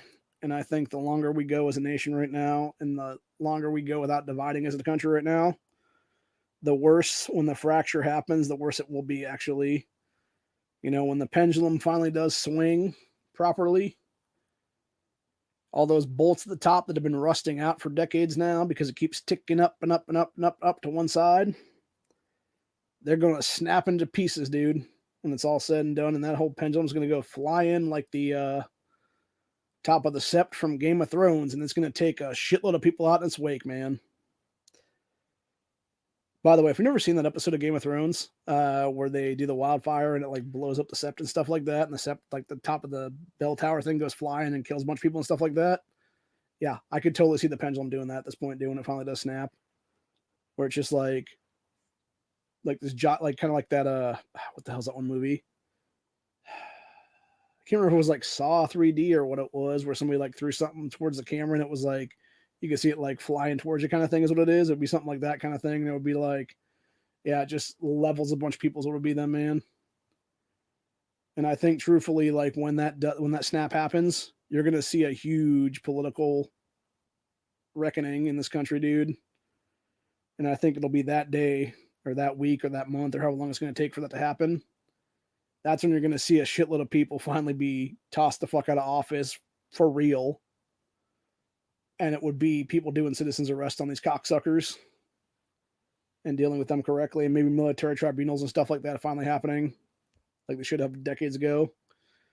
And yeah, I think there's going to be a lot of crazy shit that's going to happen then in a very quick, short amount of time is what it'll be. Hell, it might be like gangs in New York where you have like some person running down the street and you just have an angry mob running behind them with all kinds of shit, dude. And it's like, get the fuck out of here, and then just run people out of town on the rails kind of thing is what it'll be, man.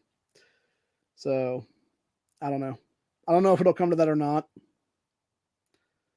I kind of hope it doesn't. But again, you know, the more frustration and the more build up and everything else like that we've come to as a country, like I said, the more I think you're going to see people just finally have enough at some point here. And, you know, like I showed with that clip of Tim Ryan there at the beginning of this episode, when you have him lying about January 6th and you got people in that crowd at the CNN town hall thing calling him out and being like, shut up, you lying prick, or whatever that one guy was saying there. I think that's probably what it was. It's probably like, you're lying, liar, liar, kind of stuff like that. Like, yeah, like that's just the basis of what people will be doing, man. Like, because I think there's a lot, like I said earlier, I think there's a lot of pussified people in this country that will never take it too physical, is what it would be, because they know that because again, it goes back to the rule of law thing, you know, if they think they can be arrested for shit or whatever the case be. But guess what? If something happens so bad to where, I don't know, there's an EMP or something like that, dude, and people realize there is no rule of law anymore, oh my God, dude, all bets are off at that point then. Yeah, it'll be some crazy shit then, man. But that's the thing right now. I think right now we're seeing this still like thin veneer of civility in this country right now, because people, you know, for the most part do respect law and order is what it is, dude. And that's why, you know, when it comes to gun laws and stuff like that, only the people who are the so-called law-abiding are actually going to respect that shit, dude. Even though every single law that infringes on your right to keep and bear arms in this country is unconstitutional to begin with, dude. And honestly, should be like that was never written to begin with. And that's the thing, man. If you're a felon in this country, dude, and you get out of prison and stuff like that, you shouldn't fucking have to sit there and go after to get your rights back and stuff like that. They should be given back to you by default at that point, dude. You shouldn't have to go through the whole rights restoration process. It should be a by default fucking judgment kind of thing, dude.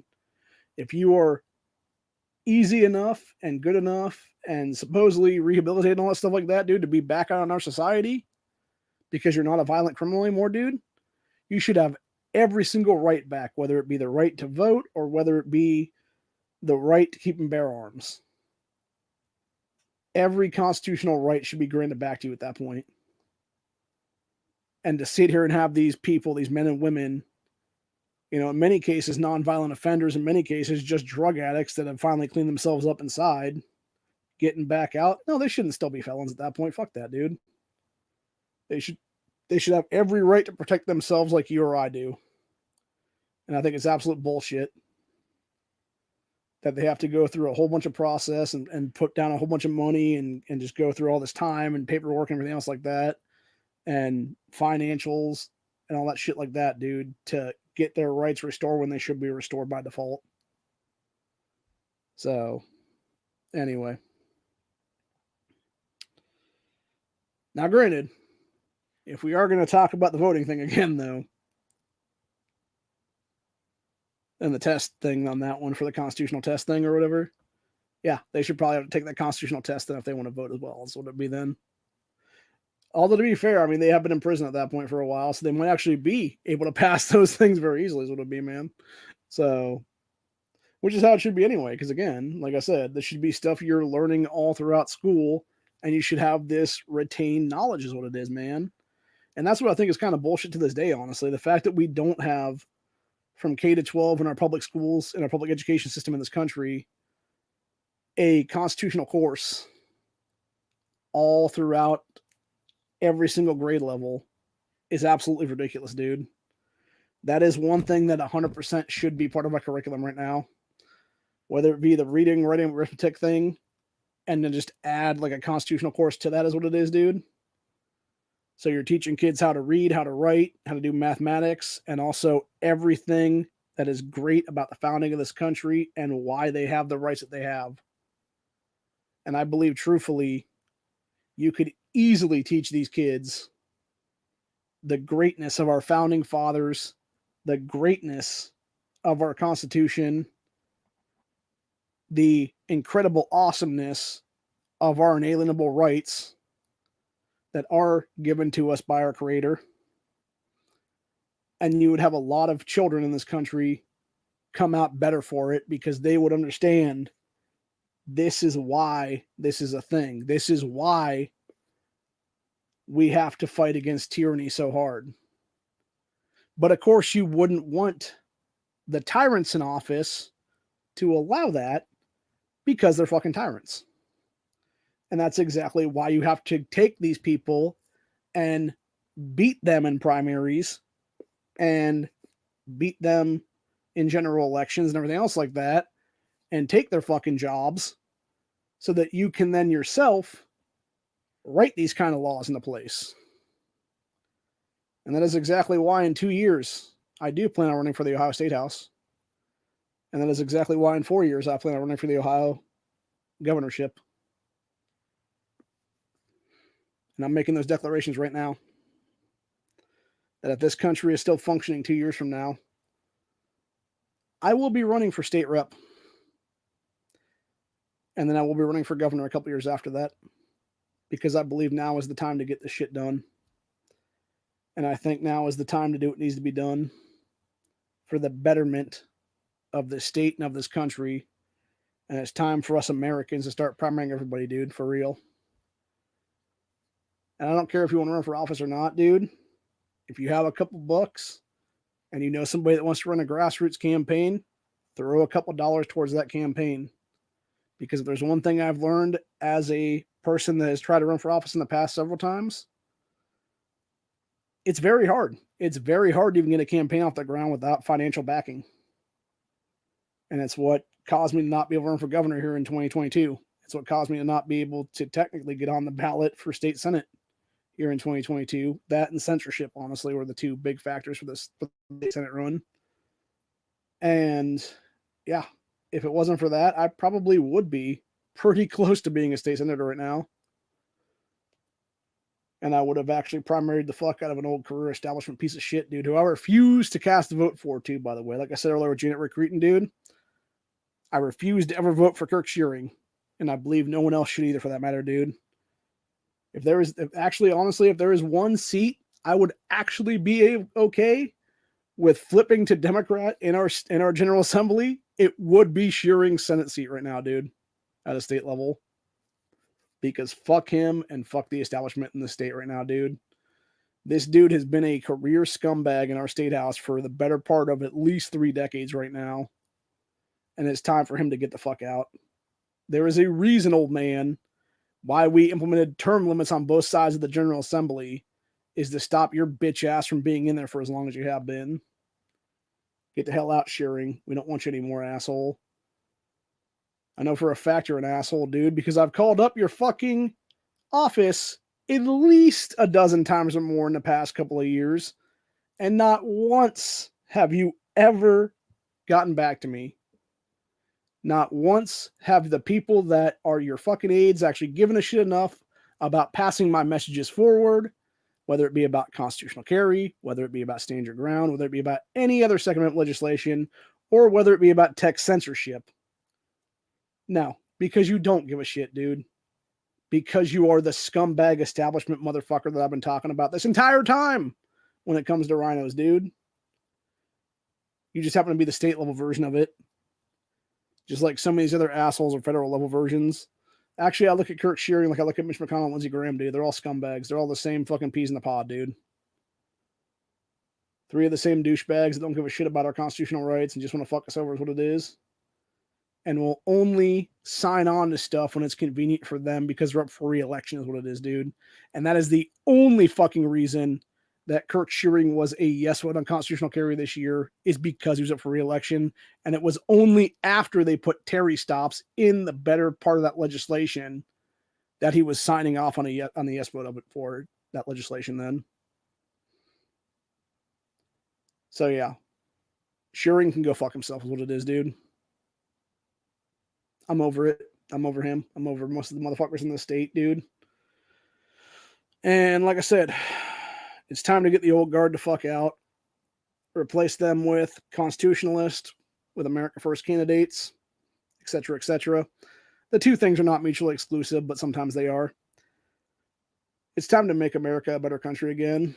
And it starts, honestly, with getting the right people into power again, dude. And it's people that have never held office in this country. And it's time to get the old guard, these old motherfuckers out of there that have been in office for 20, 30, 40, 50 years in some cases. And replace them with better candidates. And it's time to get a better class of candidates, too, for that matter, on every party in this country, dude. A failed mayor who fucked over her own city in Nan Whaley should have never been the nominee for the Democrats, dude. Baby killing, anti-gun, fucking cunt Nan Whaley. And in that same vein of things, DeWine should have been disqualified from this race as well. And it's why in a day and some change from now, I will not vote for either of these assholes, dude. In fact, I've realized now that I'm going to vote someone else. I'm going to write somebody in for the governorship because I think both these assholes don't belong in it, dude. I doubt that person will win, but at least I'm not voting the establishment anymore, dude. And that's the way I feel about that one. That being said, I will vote for Attorney General Dave Yost for re-election, just because of the fact that I think Yost is actually a decent AG, and he's actually done stuff right now to try to deal with the censorship here. He's got an active lawsuit going against Google and a couple other tech monopolies. So hopefully that'll go someplace here in the next couple of years. He's also done some good stuff when it came to dealing with the BCI and a lot of high profile cases in this state that are relating to firearms, deaths, and stuff like that. So I think he's definitely done a good job as AG for the time being. And I think, truthfully, going back to even DeWine, man, the one thing that Mike DeWine did in his entire career, he was actually a decent AG. Like, he was never a good congressman. He was never a good senator. He, as far as I'm aware, he was never a good state house rep or anything like that way back in the day before I was even born, when he was in there, back in like the late 70s, early 80s. He's not been a good governor, but he wasn't a bad AG. Although then again, it could be the fact that there was other people also helping him in that AG's office that made him seem better than he actually was, which would make sense if you think about it logistically speaking then. But I don't know. I think, unfortunately, DeWine's probably going to win by default just because of the fact that he did sign in constitutional carry this year, even though he signed it on the last day possible. Signed in stand your ground last year, last day possible on that as well. And he's also been, basically the pro-police, pro-law and order candidate in this race up to the time being now. Obviously, will never admit his own faults is what it was, like putting that bitch Amy Acton in charge of the state for a couple of months during 2020 lockdowns, or even admitting that he was a fucking failure when it came to anything in this shit, and especially when he was doing the Vax-A-Million crap. Like, that's another reason why I'll never vote for that asshole. God, I fucking hate that guy so much, dude.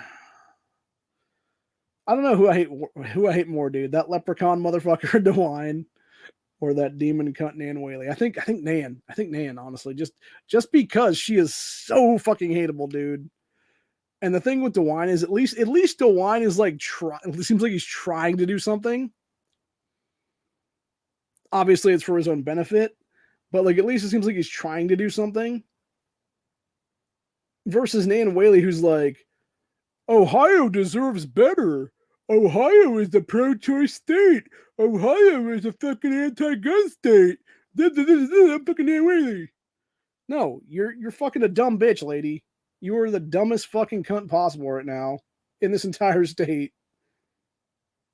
You're actively running on a platform that would disqualify you in most cases because you were doing unconstitutional shit that's pre-oath breaking to where you would break your constitutional oath to office if you somehow got in immediately because you'd be pushing an anti-gun agenda that directly infringes upon the Second Amendment, and you're pushing an anti-life agenda by pushing fucking child murder in the womb right now.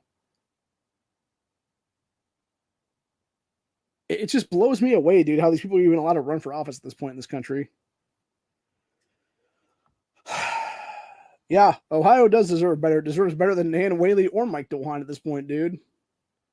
And like I said, I don't know who the third party candidate I'm voting for is right now, dude. I'm going to write in or whatever, dude. But like, I don't know. I'm debating. Hell, I might just write myself in at that point if it comes down to it, man. Because I'd make a hell of a lot better choice than either one of these assholes is what it is, dude. Thing is, I'm not technically registered to be a writing candidate right now. So there is that. So that one would technically be a wasted vote. But yeah, if I can find somebody that I think is a better candidate right now, I'll definitely vote for that person then. Or if they actually allow Neil Peterson on the ballot, I will definitely vote for that guy because he is such a better candidate than both these jackasses. So, but anyway, I did not expect for this to be 2 hours, by the way, just so we're clear on that one. I figured we would do this for about 15 minutes to a half hour or so, and then move along and stuff like that. So yeah, I didn't expect this to be anywhere near 2 hours today. But yeah, that's pretty much where we're at though. So I think it's mostly because I just kept spinning it around to other things then, and yeah, talking about the gaslighting Democrats and stuff. And actually going, on that vein of things as well for a second, besides, obviously Tim Ryan and Kathy Honcul and stuff like that. With Nan Whaley, dude, like she basically has been gaslighting this entire fucking election cycle, being like, Ohio deserves better, and then being like, all like basically saying it's all the old men that have been in office forever is what it is, dude. And it's like, bitch, you've been the fucking Dayton mayor up until like the beginning of this year for the last 8 fucking years. You have done nothing. I'm pretty sure it's like 8 years, maybe 6 years. I don't know. I can't remember offhand. It's been a long ass time though, dude. I think it is probably 8 years at this point, honestly. And it's like, yeah, you've been the Dayton mayor for like probably close to a decade now, and you did nothing to help that city. You actively made it worse under your mayoralship, and you allowed a fucking massacre to take place there that would have never been allowed to take place had you actually had Antifa and BLM terrorists arrested in May of 2019, because the piece of shit who did the Dayton massacre would have been among the people arrested. And it would have been found out, this kid has a juvenile record where he was totally trying to do rape and kill us in his high school. Why the fuck was he still not a prohibited person at that point? Oh, that's why, because his parents bought off some fucking local cop to make sure the shit went away. At least that's my running assumption at this point anyway on that. But yeah, it's a bunch of shit, dude. And that could have been stopped in this fucking tracks, and you would have never had those people lose their lives that night in the Oregon district. But no, Nan's a piece of shit, dude. She cost the fucking city, even in that fucking event, dude. She cost the city of Dayton and the Ohio taxpayers millions of fucking dollars because they had to do all kinds of police overtime and everything else like that, bring in cops from other fucking counties and districts and shit like that, dude, just to patrol around Dayton, to have enough police to actually deal with the fucking crowd control there, dude. Instead of just declaring the motherfucker a riot, which is what it was at the end of the day. That's what they should have done, honestly, dude. Seriously, I don't know who the fucking chief of police was back then in Dayton, dude. That dude should have had some fucking balls right then and there. Told Nan Whaley to go fuck herself, and immediately declared that shit a riot over a loudspeaker and been like, you got 5 minutes to pack your shit or you'll be arrested. And then did like a countdown clock and be like, 30 seconds, motherfuckers. Get out of here. You're going to be arrested. 10, 9, 8. And then like legitimately by the time like 2 to 1 went down and stuff like that, just started arresting people then. And I guarantee you would have had a lot of motherfuckers then. be real pissed then, because I guarantee that all those people would have people after that then, and they would have also been the same assholes who I guarantee you during the 2020 rioting, they were the ones burning down Dayton, dude, and Cincinnati and Cleveland and Columbus and Toledo and Akron and Canton and every place else around this fucking state. There's a bunch of Democrat hell pockets. There's a reason why the worst major cities in America right now, dude, are all Democrat run. I believe it is like the top 40 or something like that are all run by Democrats, dude. And they're all the worst fucking cities in this country. And it's like, it's not that hard to figure out, man. When you have a Democrat mayor, Democrat city council, all you end up with is just a pile of shit after a pile of shit, dude. Just like Frank Jackson up there in Cleveland, dude. The guy was mayor for 12 years. Under his own mayoralship, his grandson got killed by some dude, and the dude happened to be like the brother or cousin or something like that. Some dude that Frank Jackson's grandson killed. And yet Frank Jackson was basically actively using his position as mayor of Cleveland to try to get his grandson off with charges and shit like that, dude. It's like, how is that not a conflict of interest? How is that not criminal in of itself, dude? Seems like a big ass ethics thing on that one for sure. Nothing else. So, but yeah, and then he finally decided not to run now. And now you got this idiot Justin Bibb in there, who's just an even more dumb motherfucker. People were all like, oh, I didn't vote for this. And he fucking got Bibb over there in the last couple of weeks doing higher taxes now in Cleveland, dude. And people were like, wait a minute, I didn't vote for higher taxes. It's like, you kind of did when you voted for Bibb's dumb ass, people. The guy literally admitted it in his fucking campaign several times. He's like, yeah, I'm probably have to raise taxes here. And yet, meanwhile, the same asshole, Justin Bibb, in the last like 3 to 4 months or whatever, after taking office at the beginning of the year here, this asswipe put brand new fucking rims and tires on the SUV that's used to drive around the mayor, even though the previous set of tires and rims that were on that vehicle were less than a year old. This dude spent like, I think it was like something like $6,000 to $18,000 or something crazy like that, dude, to put on like a new set of rims and tires and shit, dude. And it's like, bro, how are you still in office after that when you're pissing away taxpayer dollars? Like, you want to talk about wasteful spending and actually criminal spending? Like, how the fuck is Justin Bibb still mayor of Cleveland? Like, seriously, bro. And that's the problem, dude. And then people wonder why Marcy Kaptur's been in Congress for fucking 40 goddamn years. It's because Cleveland is the district that she fucking represents, dude. Her entire congressional district is pretty much the city of Cleveland and the surrounding fucking neighborhoods and stuff like that. And then that's why they're voting Democrat for fucking 4 decades there. And it's like, no, that entire congressional district needs to be null and void at this point, dude. Seriously. Kaptur should have been tossed out of office 30 fucking years ago, dude, when she termed out after the first decade. When I was just a little baby / toddler. Yeah, because technically it would have been, yeah, it would have been like 5, I think, when her 10-year term came up then. Or no, wait. Was it 82 that she got in? I can't remember if she's been in there 40 or 42 years now. I want to say this would be 42 years now. Yeah, if it was 1980, I would have been 5 years old for the first decade of her congressional runs and stuff. If it wasn't until 82, it would have been, I would have been 7 then, I believe. So either way, way too fucking long, dude. And that's what I'm saying, dude. Like, when I talk about career politicians and stuff like that, dude, that's what I'm talking about. These old-ass geriatric motherfuckers from the silent generation and that are older baby boomers, etc., dude, have no business being in office anymore, dude. They should be tossed by default just due to age limits is what it is. And it's as simple as that.